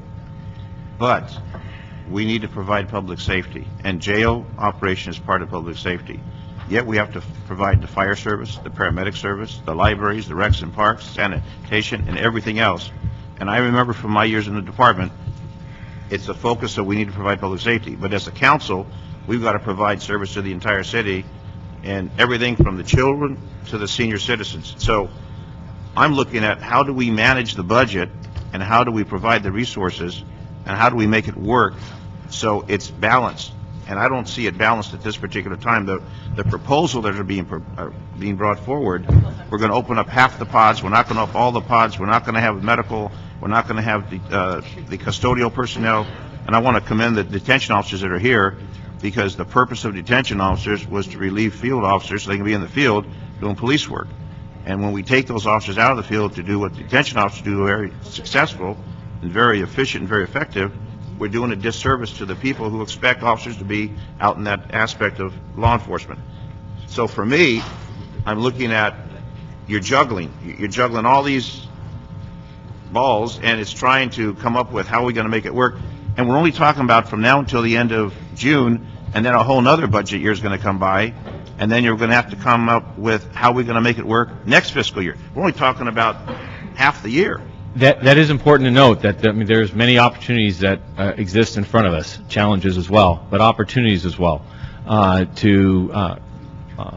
is the department's hope to relieve the necessity for this move, the use of these sworn officers in this capacity. The department has no desire to see this continue into the distant future. Quite the contrary. But in the meantime, when an officer makes an arrest, they're going to have to go transport, or the detective has to go to the regional jail or to a remote facility. Those are fewer officers on the street handling calls.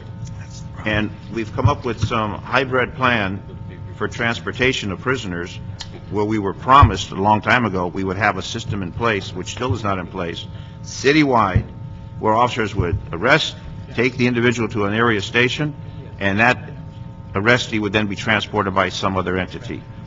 That has never really been accomplished, only in emergency situations. But my question to you is, if you have a heavy call, well, you're not going to have the personnel available to pull from the field to do the transportation to the area or the regional jail.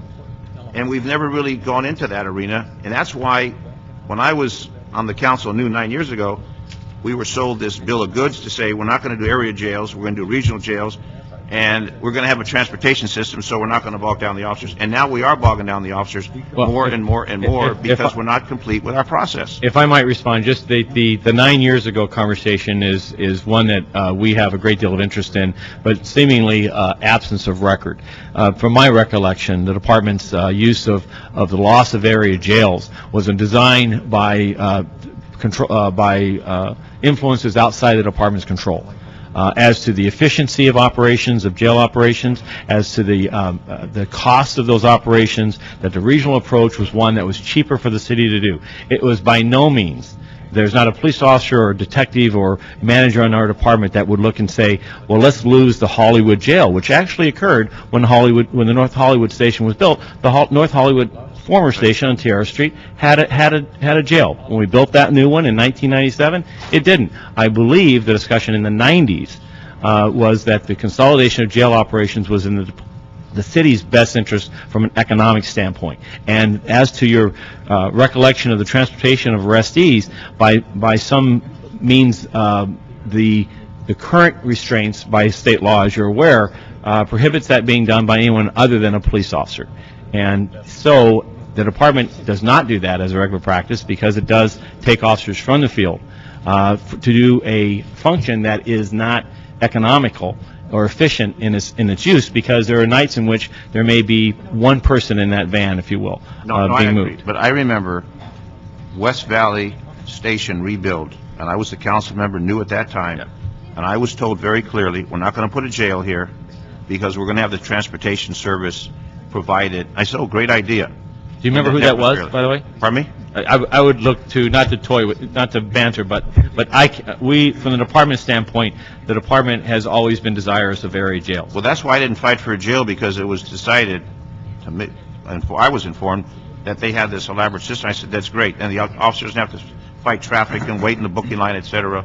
But there are entities that provide that service, and that's one of the concerns I have, is that we're going to get bogged down with fewer officers in the field, longer delays in transportation, longer delays in booking, waiting for a medical transport, waiting for the nurse to examine the individual, and then we're going to be reducing the field. And it was just recent that the department went on attack alert because they didn't have sufficient units handling radio calls, and that was in the last 2 weeks, where they didn't have sufficient units in the field, and they went on attack alert because of that. No, that was not the reason for that, Councilman. The Well, that's reason what for the that, detective league told me. well, the people who offer you information in the manner in which they do is I can't counter.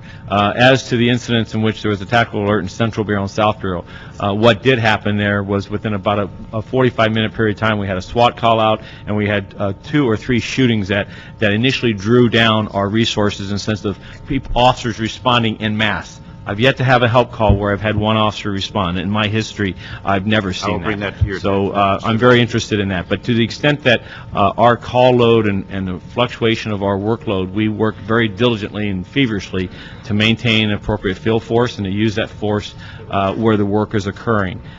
This before you today is a department's efforts to operate a jail in a manner that's safe, that's responsible, and that is recognizing the risks that are out there, both to life and health in our present facility, and recognizing that the state-of-the-art facility that the people of the city did provide to the department substantially improves those operating conditions. We are not meeting standards today. I don't dispute that. I don't dispute the fact that we have a state-of-the-art facility sitting there collecting dust. I have no argument the fact we should open that. The question is, where are we going to get the money to operate that? That's the key. And if that opens as scheduled, is Parker Center going to be shut down, or is there going to be any operations at Parker Center? The facility has never opened as scheduled.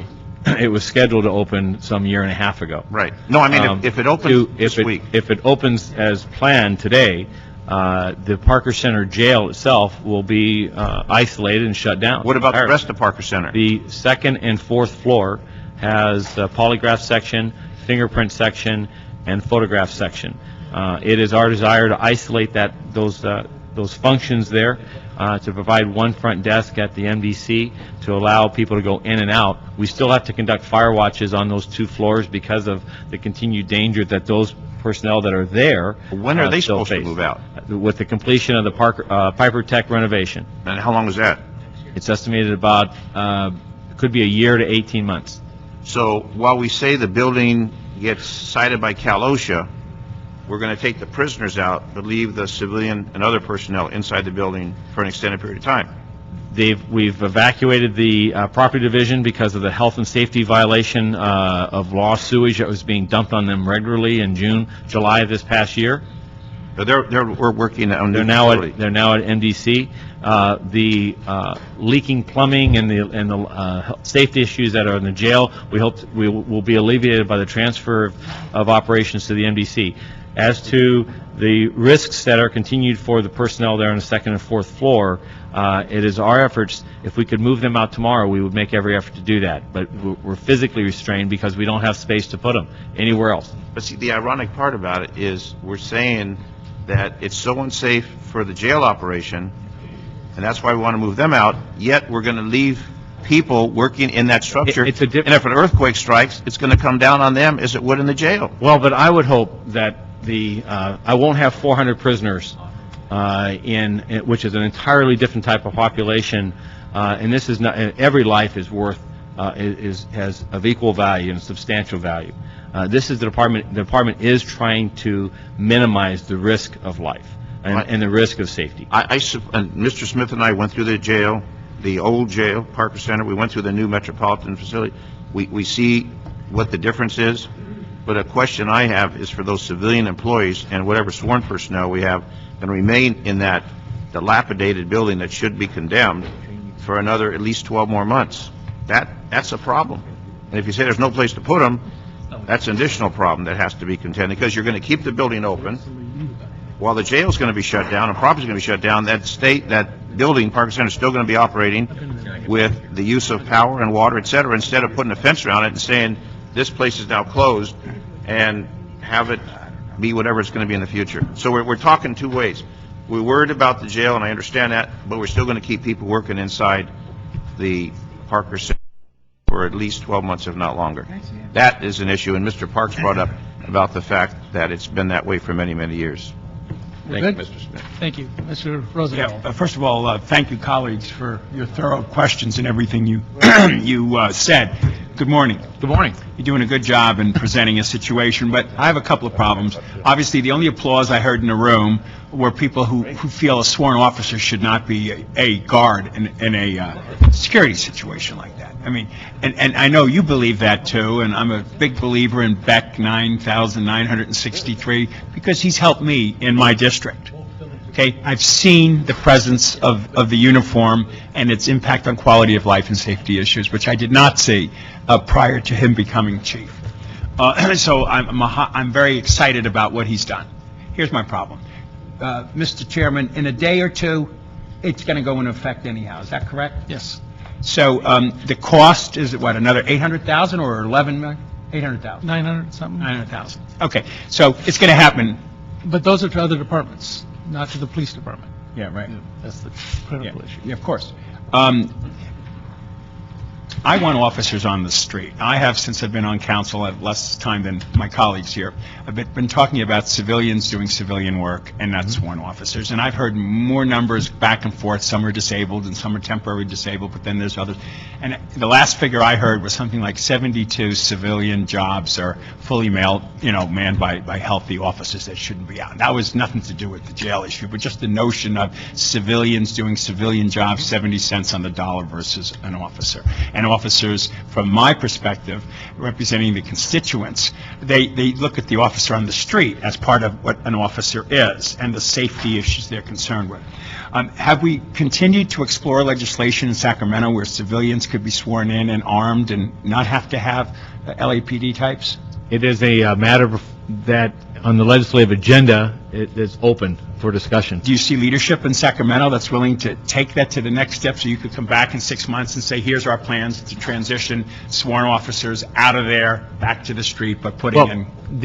Councilman, as to the ability for detention officers to do transportation duties, to alleviate the concern that Councilman Zine indicates, which is, the outlying areas and having their time and travel of having to transport arrestees themselves versus a detention officer. That is in a longer range plan. Sure. Is certainly that the department. I think it's a new chief, if you will, 5 years, I believe, since this was last visited, 2006 or 2007, and I'm not unprepared to tell you that we're wholeheartedly supporting it or otherwise, but it is certainly a matter that the council influences with the establishment of the legislative agenda. Number one. Number two, and let me just address, just as a reminder, the 83 officers and 5 supervisors are already out of your districts. Those officers have been trained over the last 3 months in a cascading fashion, and this past month have been running jail operations in support of the detention officers so that we can train for the new facility. So there's, to the vacuum, if you will, effect, there is a drawing down from the field force that has occurred because of the transition. Do you have a 2-year, 3-year plan where we wouldn't be drawing down from LAPD officers but go to civilians? Much shorter than that. We would hope that, this department has gone from 3,600 civilian positions to under 2,900 in less than a 2-year period. Right. Substantial drawdown, if you will, of vacancies. I mean, 600 positions that are not here today that were here just 2 years ago. Right. Where is that? Where is that minimum number? And to the issue of detention officers, our staffing to continue to attrit those is jeopardizing and requiring additional sworn positions. Even if the MDC were not to open, we would require the loan of sworn police officers to do detention officer functions by April of this year. Right. How much have we spent on the new facility to build it and set it all up? 80 some odd million. That was the bond measure. $84 million. And it's been complete for a year and a half? Yes. And why didn't we move folks in over a gradual schedule a year and a half ago? We have been unable to get a hiring unfreeze for civilian personnel. We've not had the monies to provide for, it'd be about $10 million, $10 to $12 million of added funding. But you couldn't shift around the 1-point-something billion you got all together and figure out a way to make it happen? Because here's my concern, just so you understand the world we're in. I'm sure you do. No. What's going on in Egypt, affects us here.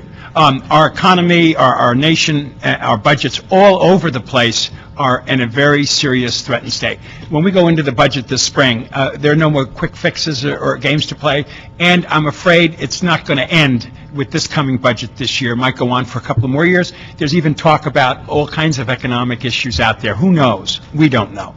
But we just have to figure out a way to do more with less. That's basically it.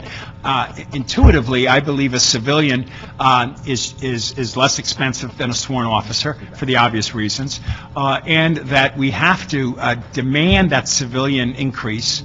And it's not at the expense of sworn officers. It's cheaper to spend $10 million in the long run if it's spread out over the right period of time than sworn officers doing that. That's the game that we have to now shift around in. Councilman, the department 100% agrees with you in the sense that a strategic direction to restore civilian hiring for such positions as not just detention officers, but 911 police service representatives. These are critical vacancies. I called them, an hour and a half ago, I called them bare spots within our operations. These are significant concerns. The department is making every effort to manage through them through the smart use of our existing resources. Well, I hope so, because the lesson today is this is just the tip of the iceberg of a much bigger issue about how do we provide the services for our constituents, quality of life services that are a combination, obviously, of a person in a uniform, but obviously the park attendant or the person who fixes the pothole or trims the tree. All of this is connected in people's minds. So I think one thing we have to do is a better job of explaining to the public what this new jail is about and why it's more efficient and more effective. I don't think the public understands that. They don't. And secondly, that what you're talking about is a solution over time that will take LAPD sworn officers out of that kind of a role and put them back on the street where we feel as citizens is where they belong. I think we have to go through that. We can no longer do it the way we used to do things. I'm just sorry that a year and a half has gone by, and now we're at a minute before midnight, obviously, and there's no more time to sort it through. But thank you for what you've done here today. We're going to take a break on the questions, and Chief, give you a chance to collect your thoughts and stretch your legs. We'll go to the public hearing now. You can vacate the seats there, and the first speakers will be Dave Yuen and George or Jorge Carpio and Brian Hollenbaugh. Sure. Thank you. Just a comment, too, if anyone else wants to speak and hasn't already filled out a card, do it quickly so we can recognize you. Morning. Good morning. Afternoon. Hopefully I can finish this within 2 minutes. I'm Dave Yuen. I'm a principal detention officer who supervises detention officers that staff our jails.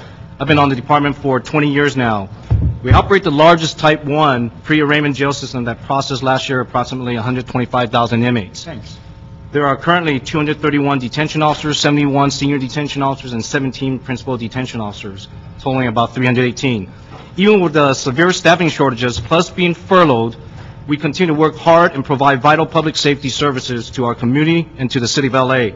All the detention officers are furloughed 16 hours per month, and the city's talking about additional furloughs, which makes it very difficult for us to perform our jobs. Currently, 83-plus police officers are pulled from the patrol duties staffed in New Metro Jail. This is not factored into the 14 assigned to security detail and 4 doing registration. That amounts to 101 police officers.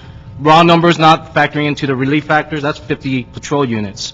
Detention officers have been doing registrations since I've been on the department, but now it's being done by a police officer. Everyone thinks that only police officers have specialized training. As detention officers, we are well-trained and have many years of experience performing those specialized duties. Our jail staff face inherent dangers, ranging from assaults from inmates to exposure to bodily fluid, and our jail officers being involved in uses of force. I can safely say you have nothing but a professional group of jail staff that are dedicated and loyal to the city and to the public we serve. In speaking with various people from command staff, police officers, and many others from within and outside the department, they all agree detention officers need to be exempt from furloughs. Using police officers to work in jails is not cost-effective. They need to be patrolling the streets where they belong and not in the jails. We need to be in the jails where we belong. This is our profession. By ending the furloughs of detention officers, it will maximize our staffing levels of the jails and minimize the amount of police officers that would have to work the jails. So hopefully we will be exempt from the furloughs. Thank you. Thank you.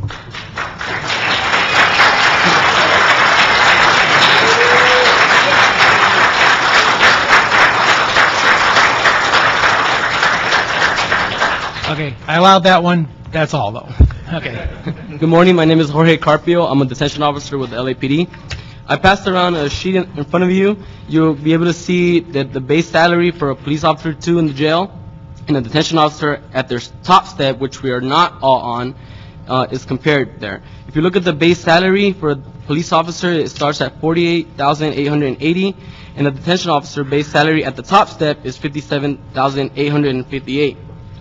This, when you start adding the patrol bonus that the MOU states that they will get, the 160 hours shared by 2 officers that they're going to receive for P2 jail training, the healthcare benefits package, and the pension cost, that number comes up to $76,688.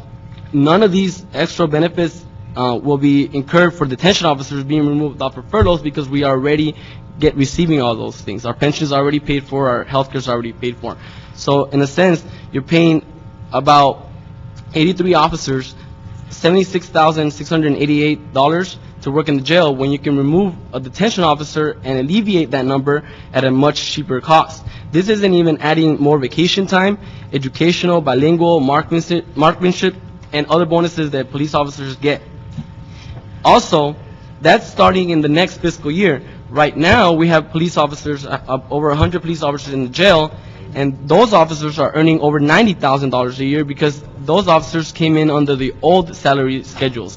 The officers that came in under the new ones started in January of 2010, and they will not be eligible to work in jail division in the current plan until August. So that means the first fiscal year, the police officers in the jail now are earning over $90,000 a year over detention officers. And Go over that point again. I didn't quite understand what you were saying there. the officers that are in the jail now, they came in under the old plan. Before the 20%? Before the 2010, yes. Gotcha. Okay. So they're earning a lot higher. So the numbers on top is next fiscal year. Now, for the first 2 waves of police officers, they're going to be earning over 90. All right. Thank you. Thank you very much. Come on. I got to start taking that away from speakers if you keep it up. Go ahead.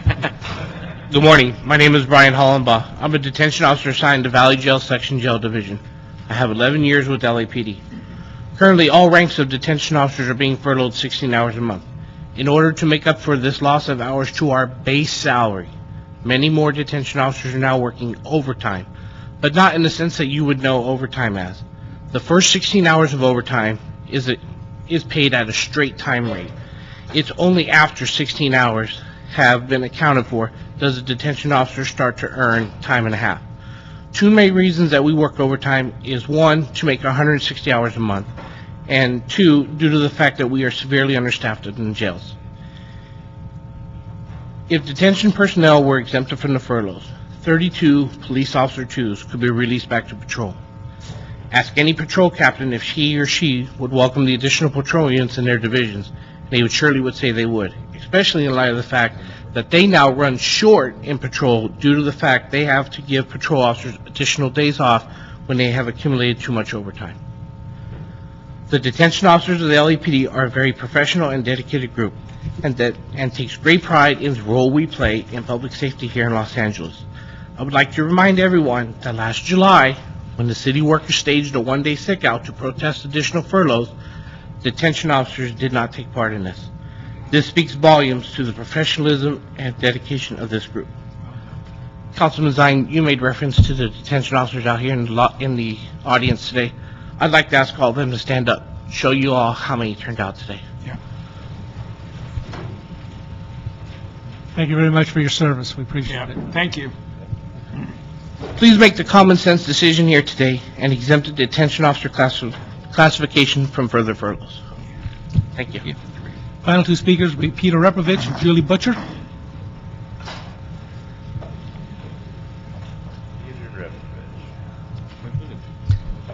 Good morning. Peter Repovich, Police Protective League. I've already talked to most of you in private and in public regarding this. Our issue is clearly, number one, you should not put a Los Angeles police officer in a different classification to work a different classification, period. It's not efficient. It's the wrong thing to do. It's going to create other problems down the road. I'm worried about the fact that a new police officer just went out in the field, got his experience, and now he's going to go out of the field and not continue that experience, that he needs to be a Los Angeles police officer. It's a big investment in Los Angeles police officers. We need to be consistent with how we train our officers and put them in the field. These guys do a great job out there. It's absolutely ridiculous that they're getting furloughed, and 83-plus officers of ours are going to the jail. I understand all the arguments regarding the MDC. The chief made a lot of good arguments, but the bottom line is we've lived this way, like Chief Park said, forever. There's no reason we can't get down the road, plan for this better, and make sure that our officers are in the field. There was an incident last week, I believe it was last week, where the call load was so extreme that they had to go on tactical alert. That will become a norm. And 83 bodies is a lot more than 83 bodies. When you really look at it, it's almost a division in today's environment. So I would ask that you take a clear look at this and do whatever we can to keep these officers and get them back to the field. Thank you very much. Thank you. Both the unions of civilians and sworn officers stand together. We've both filed charges challenging that. Frankly, 4 or more years ago, these workers and management came up with a transportation detail plan that would have saved $2 million per year going back a number of years. The fact is that when I started working for the union in 1988, Parker Center was a dump, and it still is.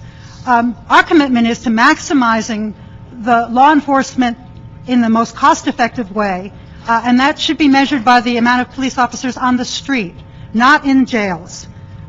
Frankly, what folks have said is that we could increase jail staffing today by 10% by unfurloughing folks that are already furloughed, that you're paying not to work. The best people to work in jails are jailers. We urge you to evaluate the most cost-effective way of providing the highest level of law enforcement service. It's not cheaper. The numbers that you've been looking at are based on prospective wages not experienced by existing folks. We'd urge you to hold off opening this new jail until this all makes sense. But immediately, you could increase staff by unfurloughing existing jailers at every level. Thank you. Thank you, Ms. Butcher. Chief, back in the seat.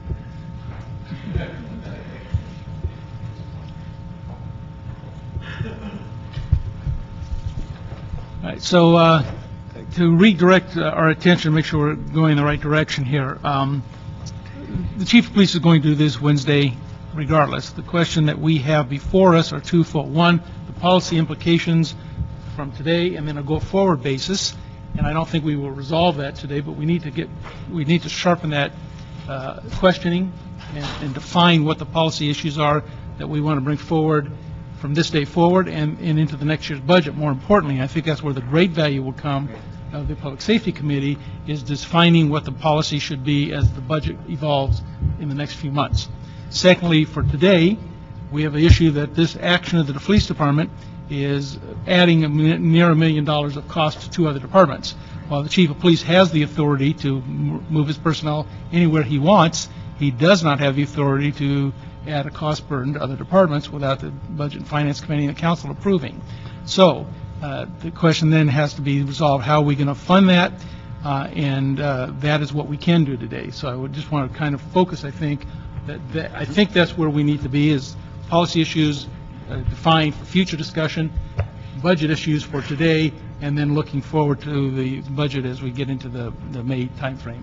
On the budget issue, is it less expensive if we unfurlough versus the officers? I asked the I'm sorry, CAO folks. Can you repeat that again? If we eliminate the furlough for the detention officers, if we eliminate furloughs for those detention officers that are currently on furlough, is that less expensive than putting these 83 police officers in the jail operations? If you eliminate the furloughs for the current detention officer, it would cost the city additional $817,000. Okay. And then it would probably put in about 31 FTEs for detention officers. Now, what would it do if we go forward with the 83 police officers and 5 sergeants? How much is that going to cost? So I'm looking for a comparison. It's the 83 and 5 are existing staff. Well, what's that costing us? As far as the, they don't have that calculated for They you. said there's 111. There's 83 plus 14 and 14. I don't know exactly all the operations taking place, but the one detention officer said there's 83 plus 14 and 14, which is a total of 111. But if we would if we would remove the furloughs from the detention officers, if we just did it for the ones at the metropolitan or the regional jails, it would lessen our demand by 27 officers. What the department did, in an effort again to minimize the force, we initially identified 56 officers, and option number, I believe it was 5, that came across to this committee some 6 months ago. And in that, we requested the elimination of furloughs and 56 police officers. And what happened was, obviously, that did not occur. Right. And so rather than adding a full-time equivalent of nearly 11%, which is what these furloughs amount to, we only added 27 officers. So we took 56 plus 27 because we experienced there's some administrative positions, there's some vacancies and some IOD, and so we looked at this and said, what is the true furlough representation within the detention officers? And we're trying for 27 in an effort to save 6 positions, 6 additional officers that would not be from the field. Otherwise, we would have taken the full 33. So in other words, if we remove the furloughs, we're still going to have to put sworn officers. It takes the 83 and you reduce it by 27. So we reduce the number. Yes. The gap here, we have not hired a detention officer in more than 18 months. So you've had a standard attrition during that period of time, principals, and then we've had, of course, ERIP further took positions away, and we normally will attrit about 16 to 18 detention officers in a year. Now, are they P1s or P2s or P3s that the 83 that you're talking about? They're all just made P2. They're coming off of the wheel. So they're all P2, and the sergeants are 1s or 2s? 1s. We have 1 Sergeant 2 request for a training coordinator, but again, the department's taking that from within its existing resources. But they have training coordinators within the detention, right, though, don't they? Yes, but there's the gap of so many SDOs and principal detention officers is the span of control issues we have within that command we're concerned about. When we're adding 83 additional personnel, we want to also maintain their field qualifications during this 6-month loan, if you will, and so that's why we added the 5 supervisors. If you look at, you look at span of control, you add 83 officers and only 5 supervisors, that's still well under our standard ratio of typical ratio of 1 sergeant for every 8 officers. Well, I understand ideal times we can do that, but and we don't have ideal times, obviously, with the budget. Well, I shouldn't say ideal, the standard rule of thumb. I won't say ideal. So what do the 14 and 14 do? I'm sorry? He said 14 and 14. Okay, we have 14 personnel that run the front desk and security. We release property from that facility as well as deal with bail bondsmen, attorneys, and so forth, the ins and outs. That was initially envisioned that general services would provide for those functions. That's how this facility was built. It's the general services OPS that provides for security of city facilities throughout the city. So what about their budget has not provided for that. What about the other 14? What are the other 14? There is a DNA collection and sexual registrant process. That's the sexual narcotic registrants are mandated by court to come and submit their DNA and interviews as registrants, and these 14 officers are participating in that. In just a moment, I'll update. I don't think it's a full 14. 4. We reduced that to 4. 4 instead of 14? Yeah. Could that be done by detention officers? Is it done by detention officers in the area jails? The DNA collection? So the DNA at time of arrest is done by detention officers. Now what happens is, once you become convicted of certain narcotic offenses, certain sexual offenses and so forth, you're ordered back, gang members ordered back to be a registrant. That's presently a police officer doing that, conducting that. It's been in place for about 2 years now. Yes. And they do that. We're presently looking at to see if there's something that can be civilianized. Okay, so actually there's not 14, there's 14 plus 4, 18. Yes. And any of those responsibilities could be turned over to detention officers? The security of the facility, those are armed positions. Now, we have armed positions at the academy. I don't know exactly what they're called. They're armed security guards. Security guards. Why couldn't we put those folks at the jail? Funding. It would be the hiring of those personnel. How many do we have? I know there's some at the academy. I want to say we actually have a couple at the PAB, and I want to say it's like 4 or 5 in the inventory of the department. Because maybe they could be converted to OPS, since really there's only a handful, 4 or 5 in the whole department. Yes, most of the security officers are unarmed positions. But those are armed positions. Yes. Okay.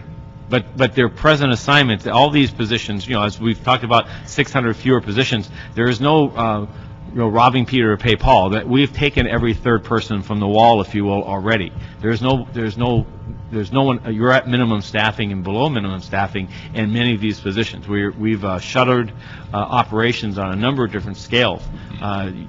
There's so I won't expose them as to what positions are not fully staffed, if you will, but we are reducing our staffing in a number of positions throughout the department in an effort to deal with these vacancies. So if we were to take the furloughs away, eliminate furloughs for detention officers, we could keep additional officers on the street. 27. And if we just did that into the metropolitan detention and in the areas where we have those few jails that we have, but it would be, if you did just for the, well, I don't know that you could, but if you did just for the MDC, Parker Center Jail, there's 83 personnel presently assigned there, so it would be effectively about 8 full-time equivalents. Okay, thank you. That's all right. Let me just go through a couple of things, and I'd like to just make a couple of recommendations because I don't know if we'll get everything resolved. One of the things I'm concerned with is the issue of effectiveness versus efficiency, and I think by looking at a more efficient level of moving police officers into the jail, we're becoming less effective because we're putting police officers where they are not normally assigned, and we're taking station officers in their specialty out of that capacity.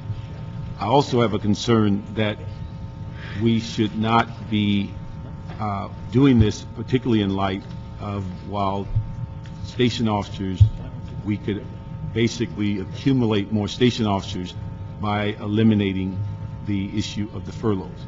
So between those two, I think that if the department chooses, and as Mr. Smith said, I think the department has every right to deploy its people, but it doesn't have a right to create a budget gap. So I would say that if you move forward on the second as you plan, then probably part of that plan should be how do you absorb the $800,000 or $900,000 in personnel and in general services. So that's got to be part of your plan because they can't be left holding the bag on that. So if that's going to be moving forward. The other issue is I'd ask the CAO to come back to us on this whole issue of looking at furloughs and the elimination of furloughs. And I would recommend, and this may not have a lot of support, but I would recommend as a source of funding also to be looked at is the elimination of hiring particularly sworn officers between now and June 30th.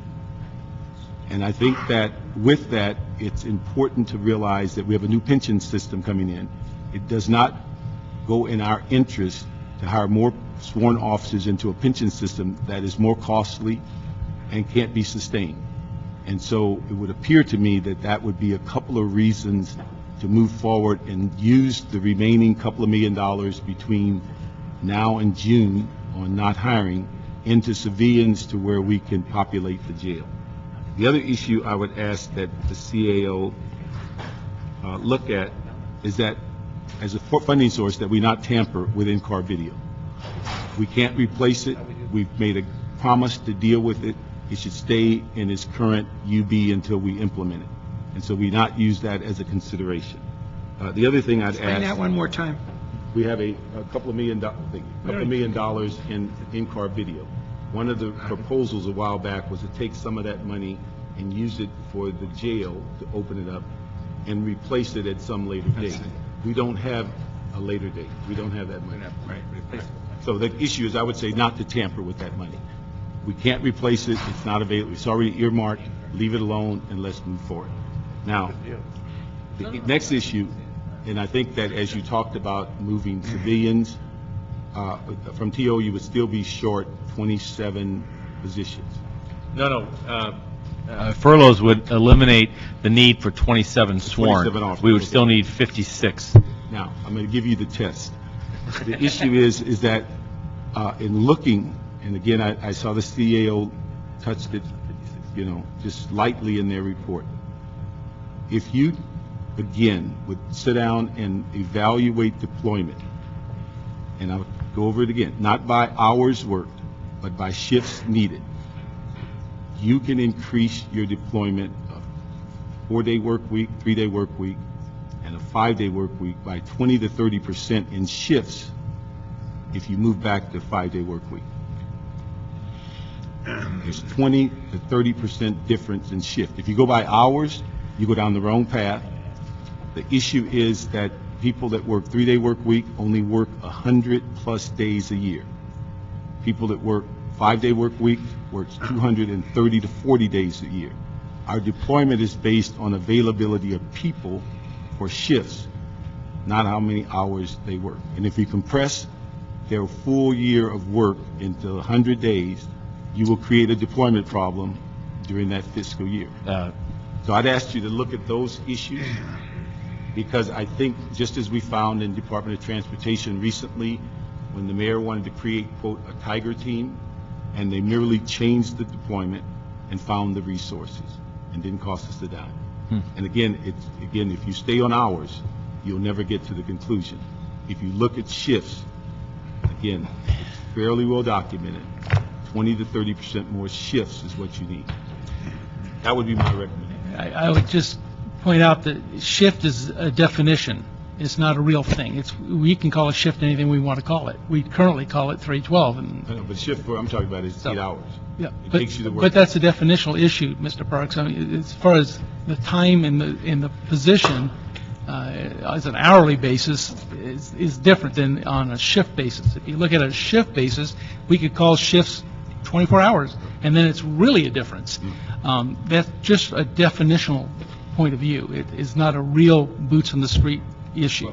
Let me just say, from my perspective, a shift that I'm talking about is 8 hours, which brings people to work 230-some days a year, versus a 12-hour shift that brings them here 100 days a year. And that's my definition of a shift. And Councilman, our history is fairly well documented as far as some 10, 12 years ago, our discussions of these and involvement working for you at the time. So, the shift, I agree, I mean, 2 12-hour shifts versus 3 8-hour shifts.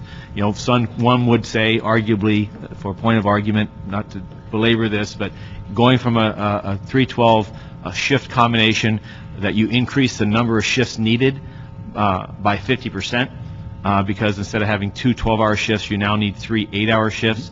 But again, that's where, statistics, lies, damn lies, and statistics. We will, however, in response to your concern, look at again, articulate the basis, so that we can... I think you got the answer already written, but we can bring it up again. No, but put it on, don't bring me percentages. Put it on paper. We will. The number of people, and show where the shifts are aligned. And it's a similar process we went through in DOT, and it's the same thing that we've looked at in the past, that you can't avoid, and again, it's the fourth rail in the room, Hiring is third rail. The fourth rail is we want to do all this within the confines of staying within the comfort level of these shifts. And if you can create 20% more shifts to deploy and cost the city less money, that's worth looking at. Just one question. I'm hearing now that 27 officers could be freed up to be in the field if we get rid of the 16 hours of furlough. You said that? Yes. Okay. Who can help us why we're doing the 16 hours of furlough when 27 officers would not have to go there and these guys could be working? Part of the issue is the furloughs were part of how we balanced. No, I understand that, but we're dealing with it differently today. Everything's But the budget that was adopted did not assume the opening of the Metro Detention Center. Therefore, it's just creating a new problem for us. Right. Okay, but now we're opening it. We would not be putting, the budget did not assume any officers going to MDC. But now we're in the real world here. How do we stop the 16 hours of furloughs and not put 27 officers there? What do we need to do, and what kind of savings or not savings? You have to provide the department $718,000 into their civilian salary account. As I said at the beginning of the meeting, I know it sounds like a very small amount, but so far, we have been working the past 3 weeks trying to cover a $60 million hole. Right. We have covered 18 of it. Council is going to consider 12 on Wednesday. I'm hoping all 12 sticks. Yeah. At which point, then we've covered half of the problem. We still have 30 to go. And at this point, we are now looking between 20 and 40 million in a revenue problem at mid-year. The contingency reserve has 60 million in it. And we are talking with the 30 we haven't covered and the revenue needing between 50 and 70 million dollars to close the budget. The contingency reserve we cannot recommend wiping out the contingency reserve. I know 718 doesn't sound like a lot, but we have too big of a problem to cover right now. No, I totally appreciate it, obviously, and it's going to get worse, just so you know. Come spring, it's not going to get better. 350 is the number But for for next my year, brain, so- my brain's pretty simple. If 16 hours of furloughs were eliminated, 27 sworn officers could be freed for the... At a cost of $700,000. It cost us $700,000. That's our problem. Yeah, that's the problem, right, I know, but we need to put that out there. Thanks. So then, to bring some conclusion, I know some members have to leave, so we should be now proposing some language to send forward in the report. And if there's no last questions for clarity, I think everyone, do you have a question? Yeah, real quick, on the tables that were provided on options, as I've described them, ABC options, what I'd like is to see the details on how it was arrived on the personnel costs for each one of those options. For example, it was pointed out, it's my understanding, last time we had the discussion in this committee, Mr. Chairman, it was assumed that P1s would be working the detention, P1 officers would be working detention, when in reality, P2s would be working them. Maybe we have some P1s or what have you. I'd like to see a more realistic example of what realistically would be some expenditure numbers, not ideal numbers. Clarity on costs.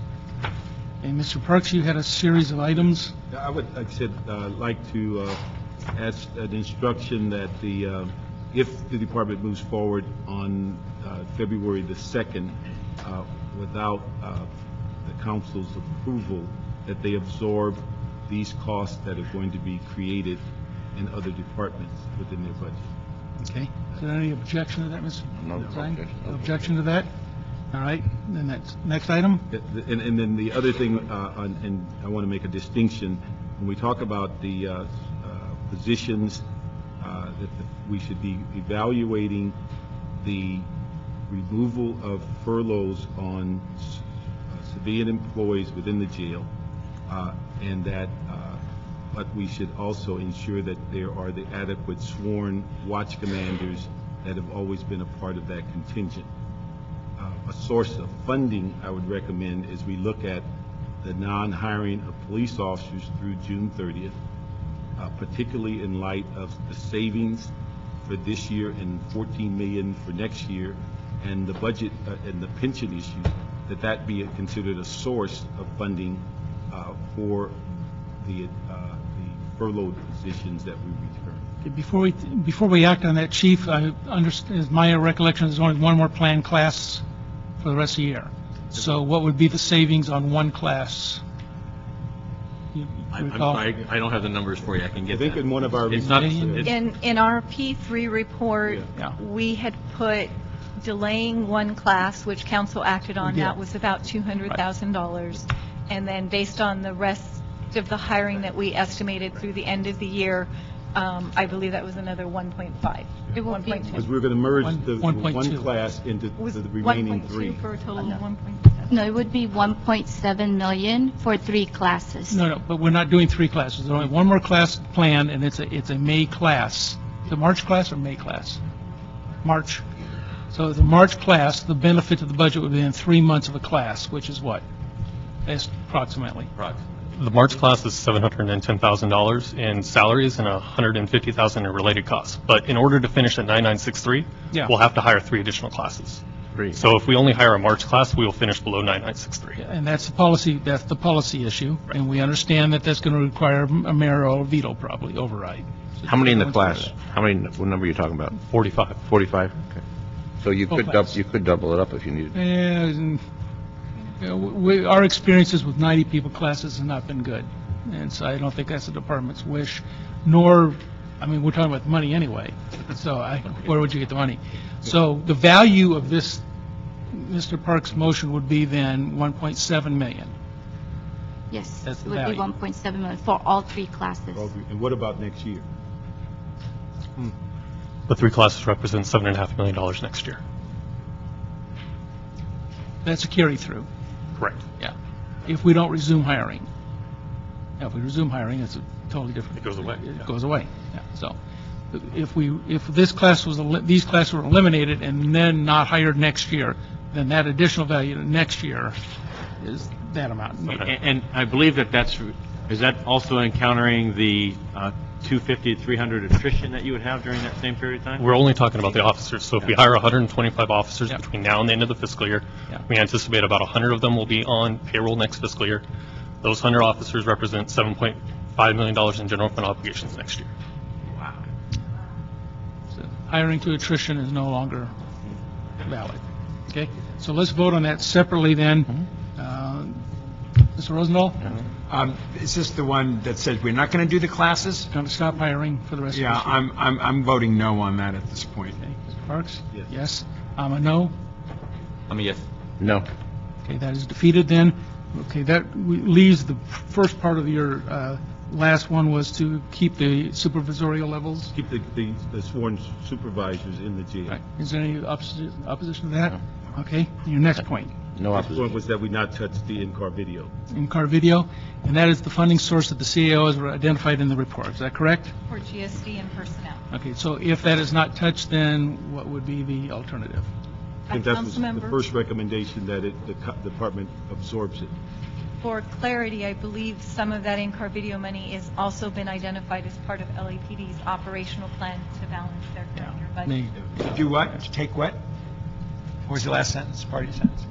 In order to balance the current year budget. Part of that money No. has been identified. No, I for don't think it operations. was. Well, Was that in how about the LAPD corrections? responding to that? Could be wrong. Yeah. No, it is. That was in the recent corrections last week? That was part of the CAO's recommendation to close our gap in the operational plan, was to take part of the money for the in-car video, and then the other part was for the jail. That was 2 pieces. But that wasn't approved yet. I believe it was.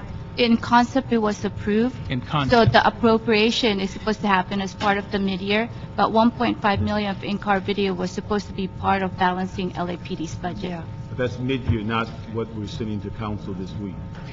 That was what we were, The committee hasn't looked at mid-year. not the mid-year, no, you haven't, but the operational plan where we detailed how we were going to balance the 26 million at that time deficit for LAPD. Part of it is 1.5 from in-car video. Then this dollar amount that you have in your CAO report was the balance? Yes, it is. Yes. I believe there was 2.5 million total. All right. So then the motion would be not to touch any more of that. We've already touched Well, that. not to touch, but we'll deal with mid-year when mid-year comes. So we want to keep in-car video whole. That's Yeah, that's yet to be determined. Yeah. Yeah, okay. I just want to hear the chief respond to that. You comfortable with that? Well, with the, on the in-car video, I think, again, I'm not prepared to speak to the movement regarding in-car video. I believe Mr. Teesbank from the commission has, Executive Director has previously spoke about his opposition on behalf of the Board of Police Commissioners. Yeah. And as far as Mr. Chaliff and Ms. Filotoff, who I'm joined by here today, it's not clear to me as far as mid-year if that's where we're at with the CAO's office on that. Right, and we are. The CAO has recommended, again, the $1.5 million to close our gap, and the remainder million or so was for this solution. And colleagues, just for your information, after the discussion on this a couple of weeks ago, I wrote a letter to the mayor saying that is the council's intent. I sent a copy to the commission as well, that it is the council's intent that this money not be taken out of the budget next year and be replaced. That any attempt to take it this year must be backfilled, or we will find a way to take it out of other things in his budget, and he agreed. So that's that's an agreement. That doesn't mean that's fact. Right. But just. Mr. Parks, are you complete with your issues? Are you finished with yours? We haven't voted on that last element. The last one, then I have one more. Okay, so the last element is the in-car video not to be touched. I'll vote yes. Yes. No. No. So that does pass. And finally, That we get a report back from the CAO and the department as to actually the deployment difference, not percentages, but the actual deployment of officers or station officers, comparing the 3-day work week, 4-day work week, 5-day work week. so that's just a report back? Yes. All right. Mr. Chairman? Any objection to a report back? No? That was a minority of each committee, not a majority of either. Oh, yeah, you're right. On that one then, on those two that we had split votes, we need to look at it from a committee point of view. Good point. So on the first one was the 3 classes. Mr. Rosendahl and I were no, so Budget and Finance is a no on that. I was 2-1. And on, he's not on budget. Oh. So, and then on the Public Safety Committee, no, so both committees were no. Then on this. Same thing, 2-1. 2-1, yeah, same thing. 2-1.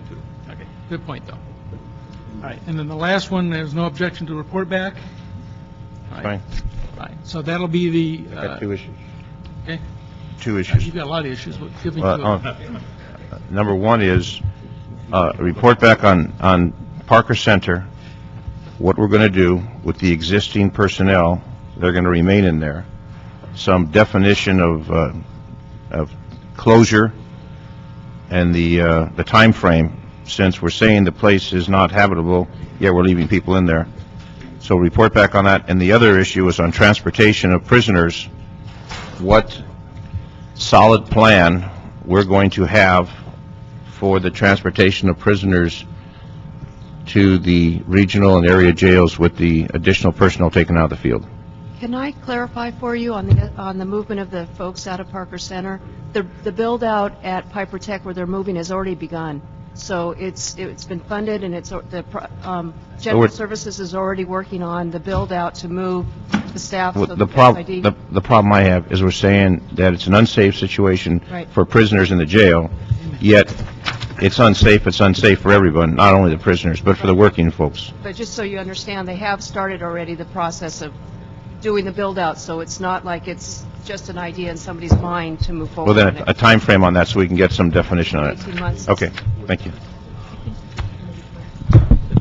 Okay, that's it. Mr. White, you have any?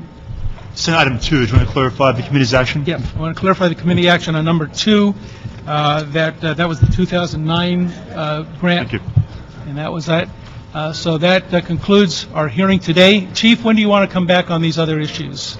A few weeks? We'll get back with you. We'll set another date. Thank you very much. Thank you for all you detention officers. God bless you. Thank you for everything you do. We're trying to figure this out.